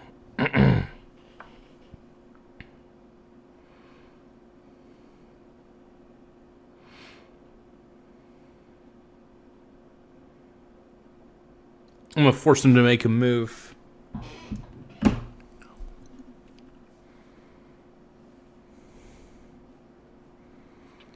The shelves. Yeah, I do have a... So if you look, you can tell what's in my closet. It's a little messy in there, actually. I got to reorganize my closet for sure. There's definitely a lot of clutter in there in the way that everything's organized. So there's definitely a lack of organization in there. So that's the next thing I got to figure out. But I actually think I should declutter a lot of stuff. I've been debating if I want to sell my PS4 or not, but I don't think I want to because honestly, it's a good DVD and a Blu-ray player, and it does play. I could still download games to it if I really wanted to, using like the PlayStation Network and all that stuff. So I thought about that. But yeah, no more farting ninja, Mr. Nathan. But yes, the Doe 53, I will say, people always find something to complain about. Even my cupboards. This is the crazy thing. Is they're like kind of like diagonal, the handles. I think it's great. I love the diagonal handles, man.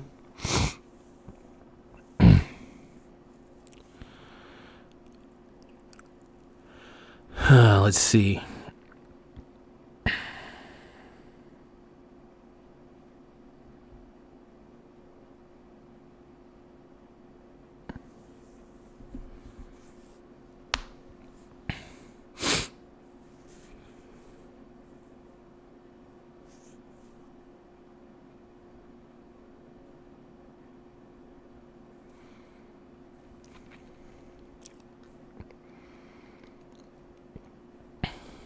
Let's see. What else we got here? Everybody acting like a hoe. Everybody acting like they just don't know. Everybody acting like a hoe. Everybody acting like a hoe. Get up, yeah. OMG. I like there's been a lot of people on the chat, though. I've been liking this, loving it, if anything. It was really great to do the stream earlier, though. In front of you guys, I had a good time. Got me all sprung.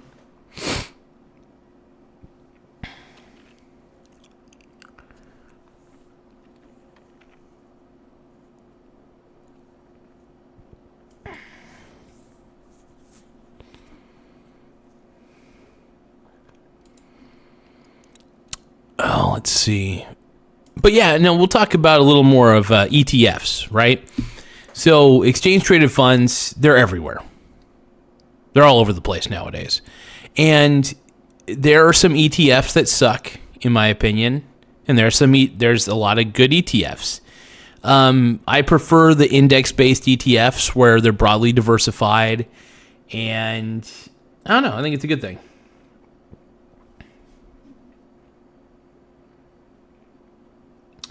Doe53 is talking about leaving a little bit of Easter eggs. I get it. Some fun little things that they can gripe about. That'd be fun. Maybe I should put like and subscribe on the side of my fridge or something like that. Like and simp scribe. I don't know why I love the word simp so much, but I love using the word simp in the word simp scribe. Simp scribe. It is everything I want to say. Are you Johnny Ray? Who wants to know? Are you Stingray? Who wants to know? Who wants to know? Who wants to know? Who wants to know about me? Dude, Jimmy Ray might have been the greatest song of all time. Straight up.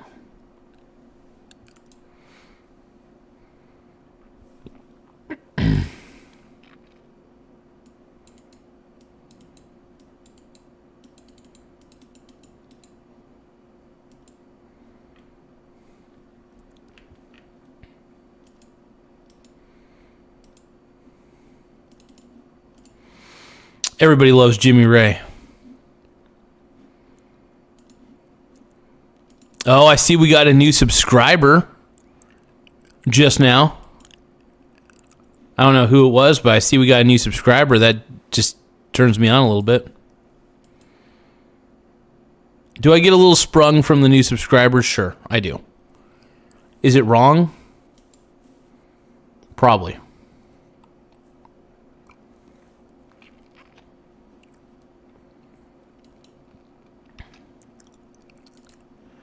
Gotta jump back and turn around now. Let's do it again. Are you Johnny Ray? Well, who wants to know? Are you Stingray? Who wants to know? Who wants to know? Who wants to know? Are you Jimmy Ray? But yeah, we got off topic. Well, not really off topic. We started talking about BlackBerry.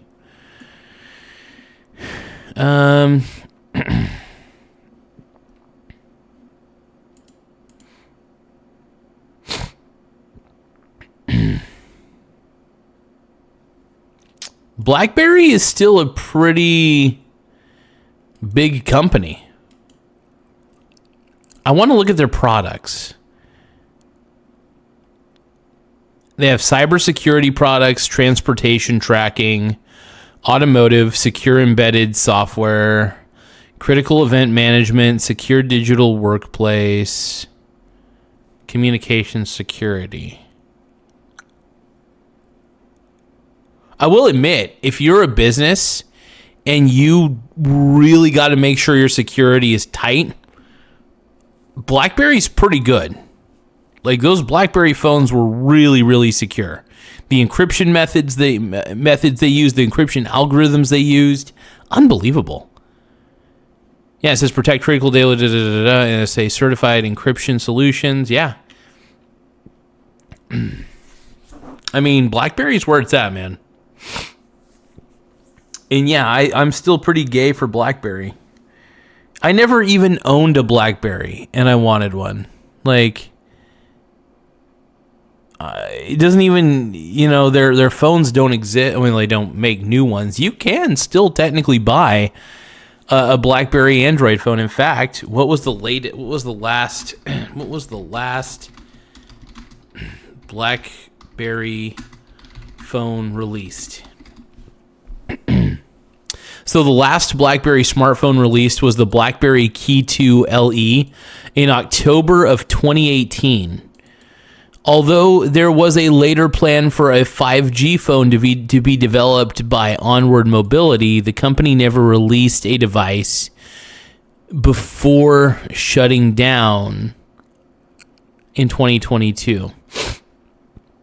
The BlackBerry Key 2 LE, this was the final model from the company. Released in October 2018, it was a budget-friendly version of the earlier Key 2. Now, let's see, BlackBerry, so discontinuation. BlackBerry officially ceased its own phone manufacturing in 2016 and later ended support for all services in January 2022 as the company transitioned to a software-focused business. I still think that BlackBerry could be, I know there's a lot of competition in the smartphone space, understandably, but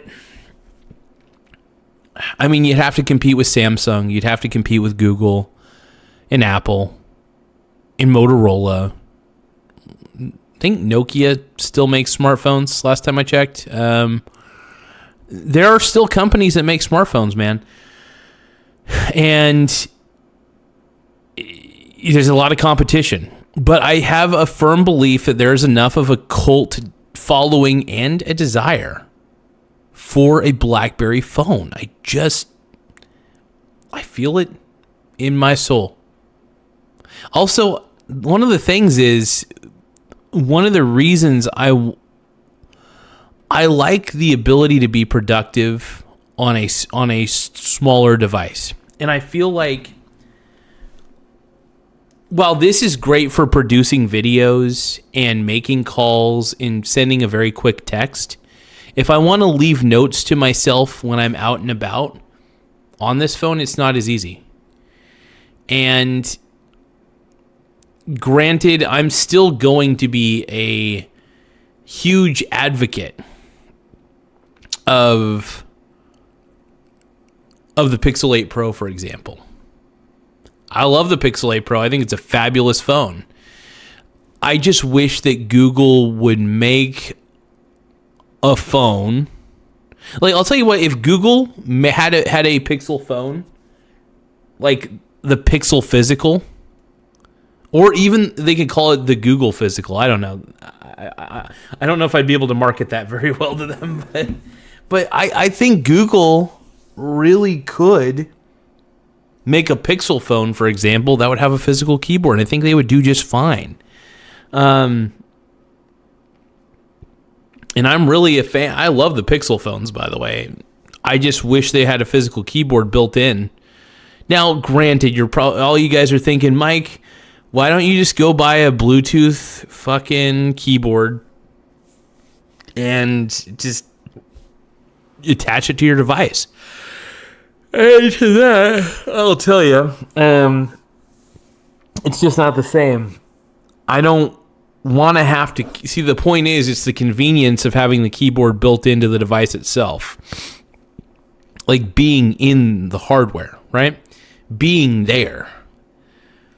It's like the convenience of the laptop, right? I could bring my... I'm starting to think I should just bring my laptop everywhere and just keep my Wi-Fi hotspot on. Because I just prefer, when it comes to, like, doing anything, I just prefer the physicality of a keyboard.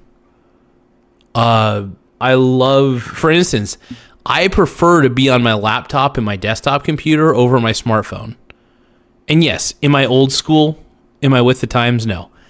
But there's a certain, and it's possible it's because I grew up with these things that I am more in love with these things, but it doesn't explain why Gen Z, because, I think Gen Z grew up with like probably a family computer or something like that, or something similar. But Gen Z essentially grew up kind of with smartphones and stuff. They were already kind of adept to all that shit, right? But I think that they understand. They're starting to see all this retro tech, and they're thinking to themselves, some of that retro tech looks really dope and really cool and really functional. And I think some of the Gen Z kids are just really actually critically thinking about this, and I'm impressed. And they're probably thinking to themselves, well, maybe if I'm going to be on a smart device, instead of doing brain rot content, maybe I could have a physical keyboard on there and maybe type more coherent messages and have less spelling errors. And also, I think there's less frustration with the physical keyboard. I really do. I remember when I had my little slide-out keyboard phone, I thought it was the coolest fucking thing in the world. I still think about that thing fondly. I don't even remember what type of phone it was. Oh, it was an LG phone. Well, I think it was. Was it an LG? It was like the LG Slide or something like that. I can't even remember the model anymore. It's been so long. But I'll tell you what, I thought it was the coolest thing in the world that I could physically type a message on there. And I was like, this is so awesome, man. And that was it. I thought it was cool. But even a slide-out keyboard, by the way. Like if Pixel said, okay, we're not going to make a BlackBerry style phone, but we'll make a slide-out keyboard phone. How does that sound? I'd be like, I am in. If they made a phone like this size, right? This size, little slide-out keyboard, boom. I'd be like, typing like a fiend. So either a slide-out keyboard or a fucking built-in keyboard that I could just use like a BlackBerry. Like, I really think a physical keyboard, and I know dude, I've been talking about this probably for like 20 minutes. I'm pretty sure I've been talking about this for 20 goddamn minutes. Hello, billionaire. What up, brony? You're probably not a real billionaire. You're probably a fake billionaire. But if you are a real billionaire, you can be my sugar daddy. Can you be my sugar daddy? Can you kiss away the pain? And I will stand by you forever. You can take my breath away. And I can be your hero. And I can kiss away the pain.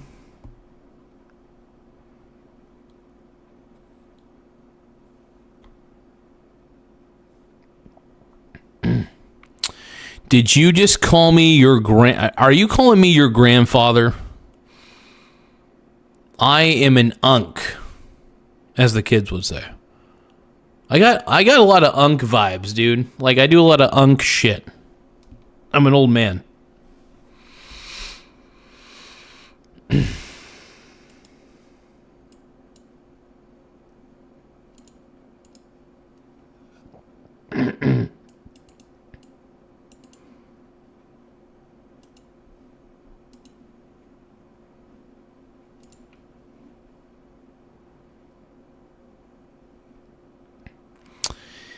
Sorry, typo, meant father.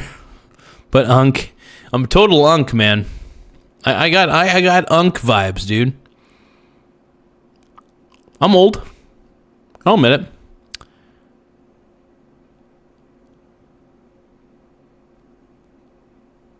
So I talk about investing primarily, and sometimes I put mustard and frosting on my body. Mainly my face. And mainly I talk about diversified investing. That's pretty much it. Yeah. It means I'm the realist. I'm the realist, homie G. I'm the realist of all. Everybody's jealous.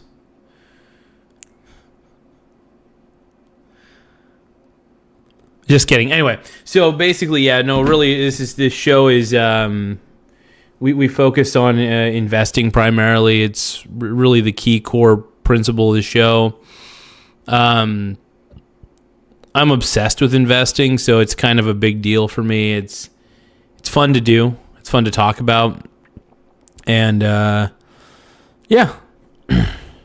So I know the whole title of Real Garza doesn't give anybody much to work with, to be honest. Young says, shit, man, well, I am terrible at trading, but the mustard and frosting really pulled me in. Well, I don't teach trading per se. I try to encourage and educate people on the benefits of long-term investing, like a buy and hold type of investing. You know, just like how somebody buys real estate, holds on to it for like 10 years or 20 years, that sort of principle, right? So it's funny because I actually use real estate sometimes as an example because I think real estate's the most easy to relate to. So when I buy individual stocks, I buy them and I don't sell them. I buy them and I hold on to them for dear life. If I'm buying Coca-Cola stock, I'm not selling it. If I'm buying shares of Realty Income, I'm not selling that either. Those are great companies. Why would I sell my great companies? It's like if I own real estate, why would I sell my great real estate? Especially if my real estate's paying me, but the only reason my real estate would pay me is if I leased it out.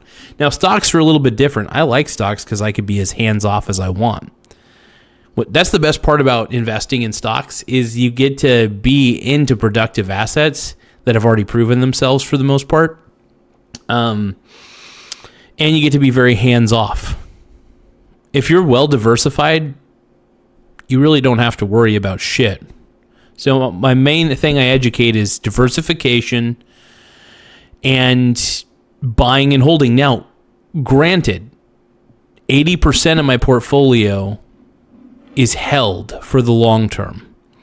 20% of it, however, is swing traded. And the 20% that I swing trade is a well-diversified ETF and something that also allows me to bet against Bitcoin. I won't go into it too much, though.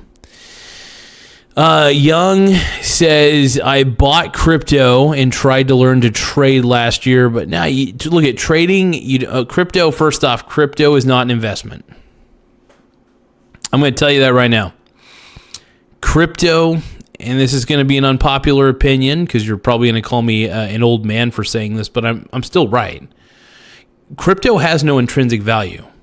There's nothing that you could do with it that truly matters. Cryptocurrency is grifter currency, and it's not great. It's private money that's not backed by anything. Private money not backed by a single fucking thing. So I'm very aggressive on this. Now you could disagree with me on it. In fact, if you really do disagree with me on it, I encourage you to disagree. But yeah, I'm very much against crypto though. I think smart people, the irony is there's a lot of smart people that believe in stupid ideas. I notice this is a pattern and it blows my mind. Now it happens though. Nobody's perfect. Some people are smart in certain areas because they're an expert in those areas.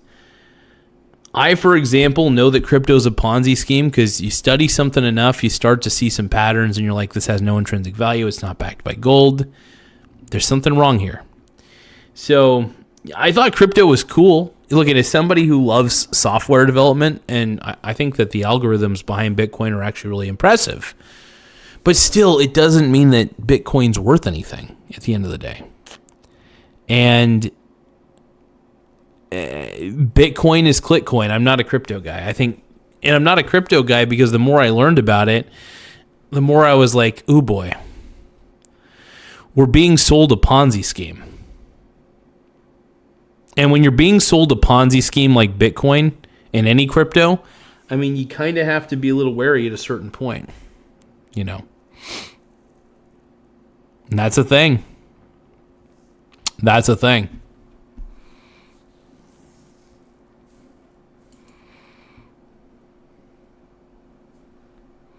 But yeah, crypto trading I think is stupid, but do your thing.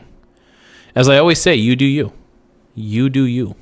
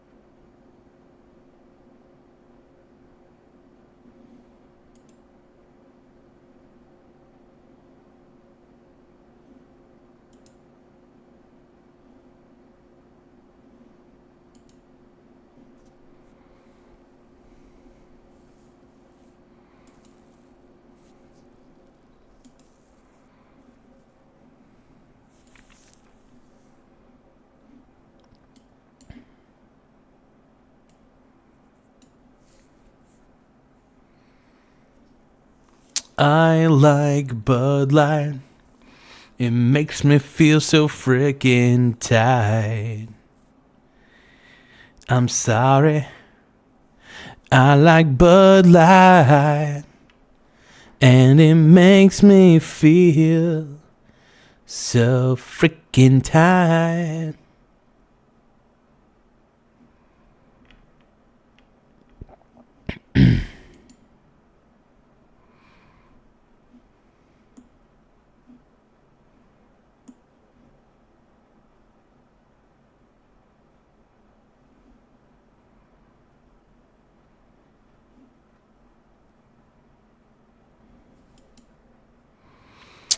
All right. I see there's no activity in the comments section. Are there a lot of gooners? I think there's a lot of people gooning to the show. Interesting. By the way, I will not shame you if you goon. I refuse to shame. Would you goon if I asked you to goon? Would you run and never look back? Oh, Tim Smith is saying his comment was blocked. Ah, shit. By the way, did you hear that YouTube is bringing back direct messaging? That's pretty exciting, man. I'm pretty stoked about the whole. So I don't know if it's going to be an official thing. I think they're still experimenting with it. But they used to have direct messaging back in the day. But they are actually it's all signs potentially point to yes that they're bringing back direct messaging. So I think it would be nice for people to be able to send me direct messages within YouTube itself. It would be way more convenient than people sending me emails. Because, for instance, Tim could send me a cool link via my DMs, and I'd be able to look at that. So I'm very excited to hear that YouTube is considering bringing back that old feature. I think it'll make it more like social media to some degree, but as long as YouTube remains at its core as it has been, you know, I'm excited to have direct messaging back if they enable it again. Tim Smith says one of my ETFs, Big Y, Evolve US Equity Ultra Yield ETF on the TSX, pays twice a month, but is looking to go weekly in 2026. Let's get nuts. Holy shit, really? Evolve US Equity Ultra Yield ETF. And hell, if it went weekly, that's... I mean, not going to lie, weekly's nice. Has it been a fairly stable ETF for you, though? Has the actual price of the ETF remained fairly steady? I guess I could look it up. The Big Y, let's see, Big Y ETF. I'm going to look up the Big Y ETF here. So in the last, I guess it's... Oh, it's only been out since 2024. I got it. Okay.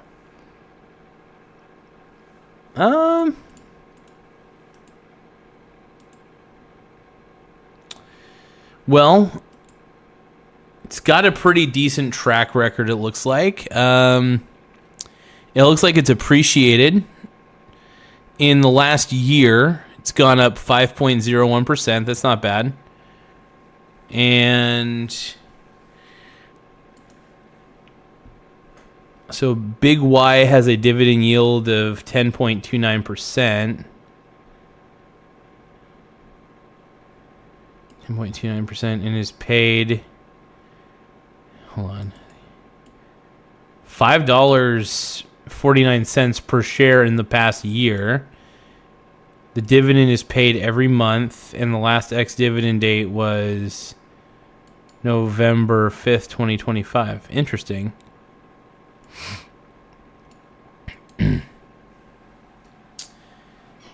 Actually, you know, it's funny. That's That is a yield max one I don't have in my portfolio, but is it actually tradable in the US?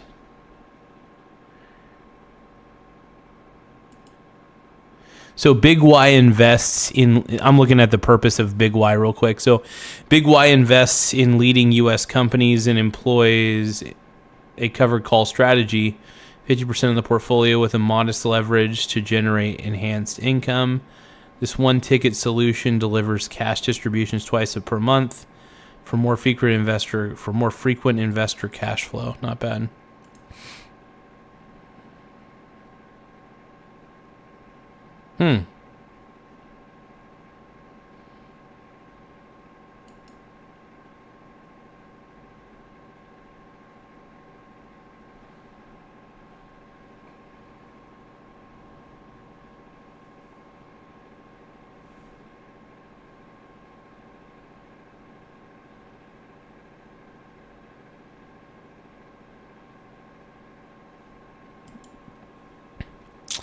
Tim Smith says it's been stable so far, but only been around for a few months. I have it in a drip. I can compound every week.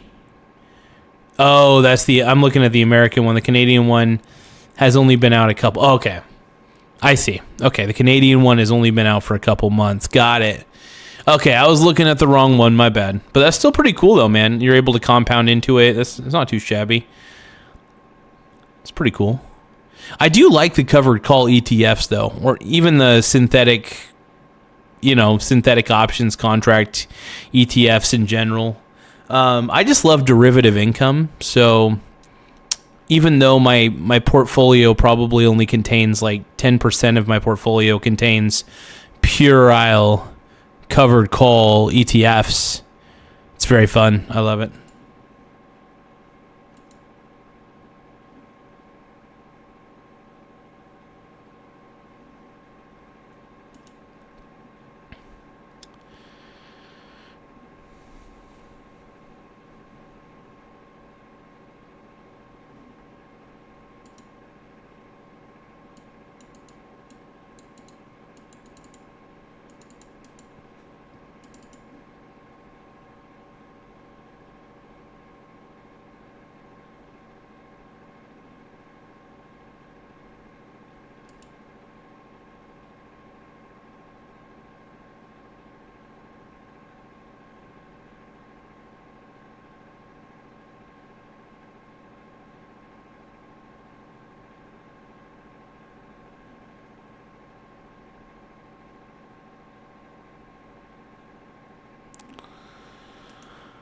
Oh, sorry, guys. Just checking a few pieces of research here.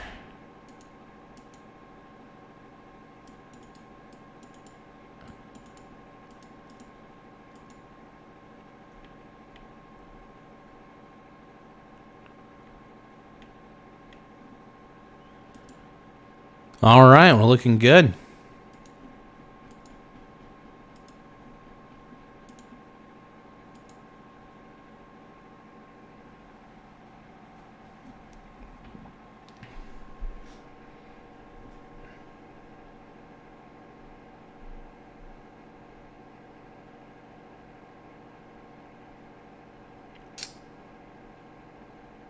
Let's see. I'm looking at I am very tempted to buy me some BlackBerry, though. My blueberry. I want to buy my blueberry. Tim Smith says, breaking. Realty Income announces an $800 million investment in city center real estate in Las Vegas in partnership with Blackstone.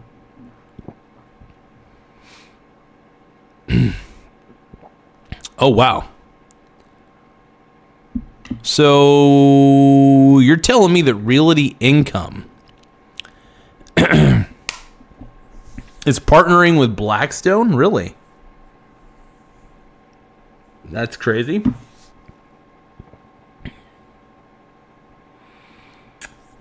Not bad. You know what's wild about this is that exposes Realty Income to a lot of different investments. That expands the hell out of their portfolio, man. If there's one thing I love about Realty Income is the fact that they, first off, they pay a great dividend, but they own a lot of properties, man. They own a shit ton of properties, and they lease out majority of those properties. It's quite a beautiful thing. And as somebody who is homosexual for those things, for properties, I'm homosexual for properties. I love it. City Center is comprised of the ARIA Resort and Casino, and oh yeah, that's some prime fucking real estate, by the way. That's prime real estate, man. I think it's funny because, man, I own Realty Income, so that's a hell of an acquisition. I've always been a big fan of Realty Income. They've really been one of the better performing REITs. Now, they're traditionally very overvalued because everybody wants a piece of Realty Income in their portfolio. But hey, Realty Income's not the only thing I got. It's good to be exposed to not just Realty Income, but to other REITs. There's so many REITs out there. Now, granted, not all REITs are managed the same way. Some are managed like garbage. It just depends on management. And you want to make sure that you're not getting into any REIT willy-nilly. Now, granted, there are plenty of REITs out there, and technically you could own a share of every single REIT, and that would be a good enough form of diversification. You would only be exposed to the real estate sector, though, in the stock market. So, may not always be the best thing you could do. But it is good for I wouldn't say guaranteed income, but it's good for consistent income and growing cash flows over time. But yeah, no, I love the real estate investment trust sector. I love real estate. I think it's great. I think being able to own companies that own the real estate and lease out the real estate, it's even better. Like it blows my mind. It makes me very happy to know that I can own those things. It's a big deal.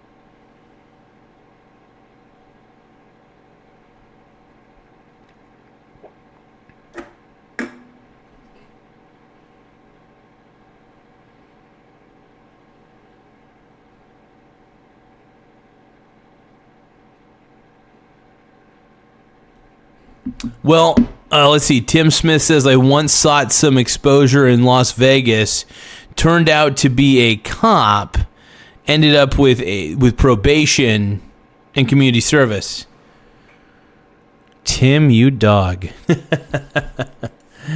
man, that's funny. That's a good one. That's some good shit right there, man. I dig it. I dig it. All right, you guys. Yeah, I am.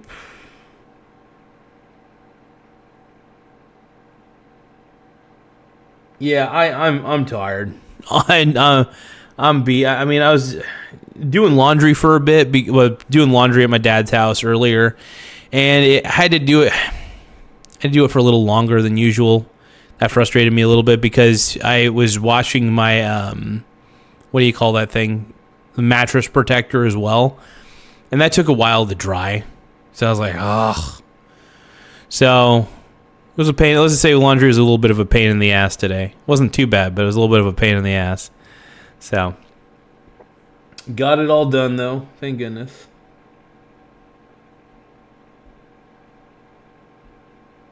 At least I did what I could.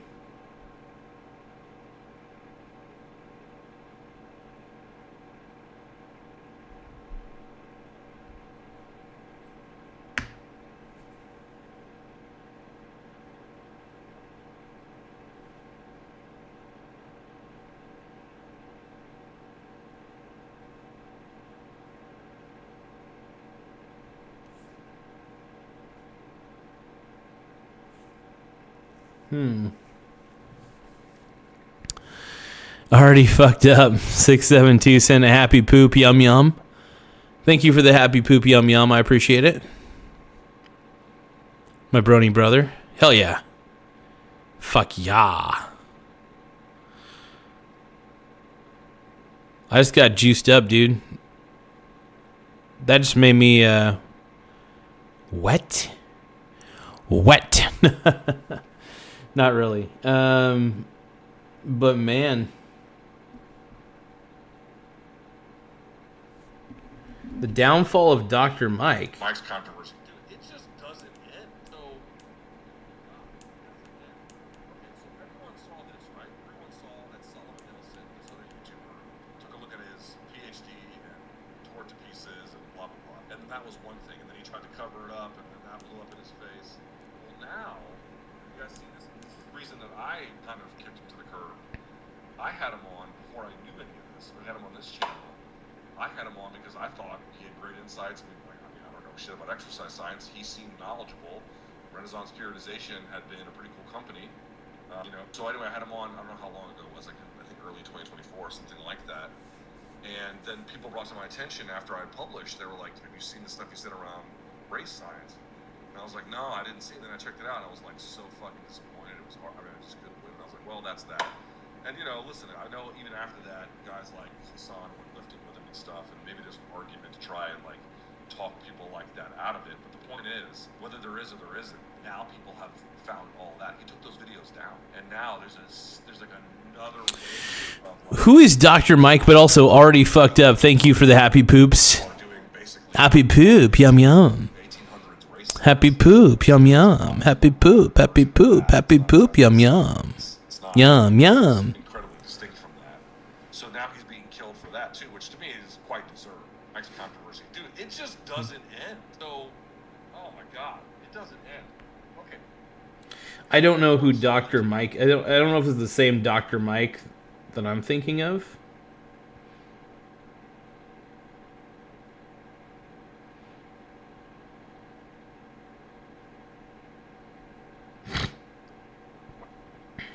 Pay attention because this is hurting my head and I want to see if you can make sense of this whole situation. So in 2013, Mike submits a dissertation and he gets awarded a PhD. Then roughly about 12 years later, an Australian bloke named Solomon Nelson claims to have gotten possession of said PhD, read through it and made a 1 hour long video saying it had scientific, punctuational and grammar errors which basically made it a crap dissertation, and it's an institutional failure the fact that it's passed. Everyone goes crazy and says, I'll never work with Mike Israel again, this guy's a freaking fraud of only research. Then Dr. Mike hints at making a... Okay, this isn't the Dr. Mike I was thinking of. Name one industry that benefits from societal significant weight loss. The junk food industry. Benefits? Yeah, hugely. How does it benefit? Because now you can eat junk food. It doesn't matter. No, You're not going to get consume too less fat. junk food. Yeah, less. You're not going to eat zero.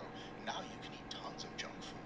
And as long as you get your protein and all the healthy foods in, you're not going to be excessive on calories because you fill up so fast. So an industry that's going to, I think, absolutely blow up is the high protein, healthy food, but fun snacking industry.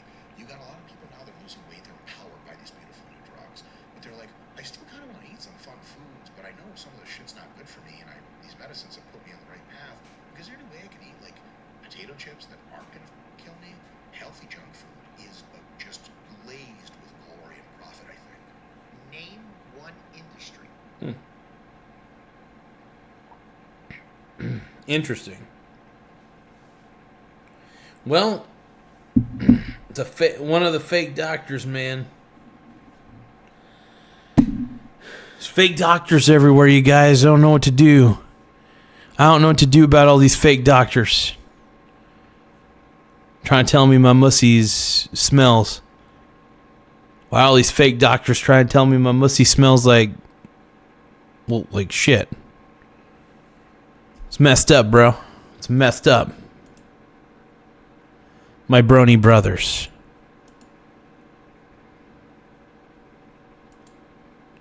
Does anybody have any more happy poop yum yums before I gotta go? Because I am tired and I gotta get some rest. Zaddy has gotta get some rest. He's gotta get some rest. I don't want to show my breasts. I've got to get some rest. Has anybody got any more happy poop yum yums? If anybody does, I'm hard for the happy poop yum yums. I appreciate them. Now, you don't have to send them, but if you do have them, oh my God. Happy poop, yum yum. Happy poop, yum yum. Happy poop, happy poop, happy poop, yum yum. Yum yum. Does anybody got any happy poops? Come on, you know you do. I know you do. 'Cause I need you and I want you to give me happy poops all day. Oh yeah, it turns me on in every single frickin' way. And I want these happy poops. Give me all those happy poops. Give me happy frickin' poops. I want happy poops now. And you better give them to me every day. In endless circles, running from myself until you gave me a reason for standing still. Here, 'cause I need them and I want them. The happy poops, they make me smile.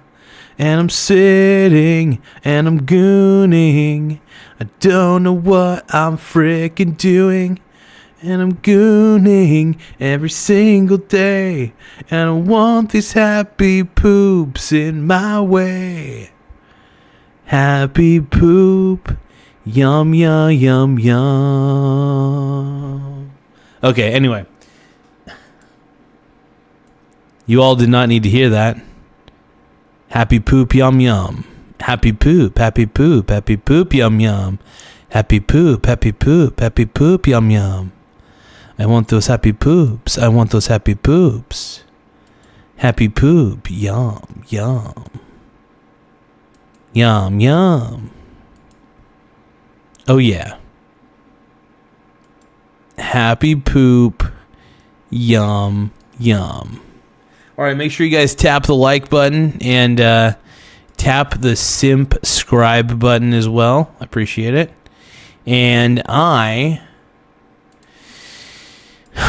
will catch you all later. I need to take a shower. I need to put my bedding on. And I need to stop wearing my man thong. You guys are so very sexy. We're ending this.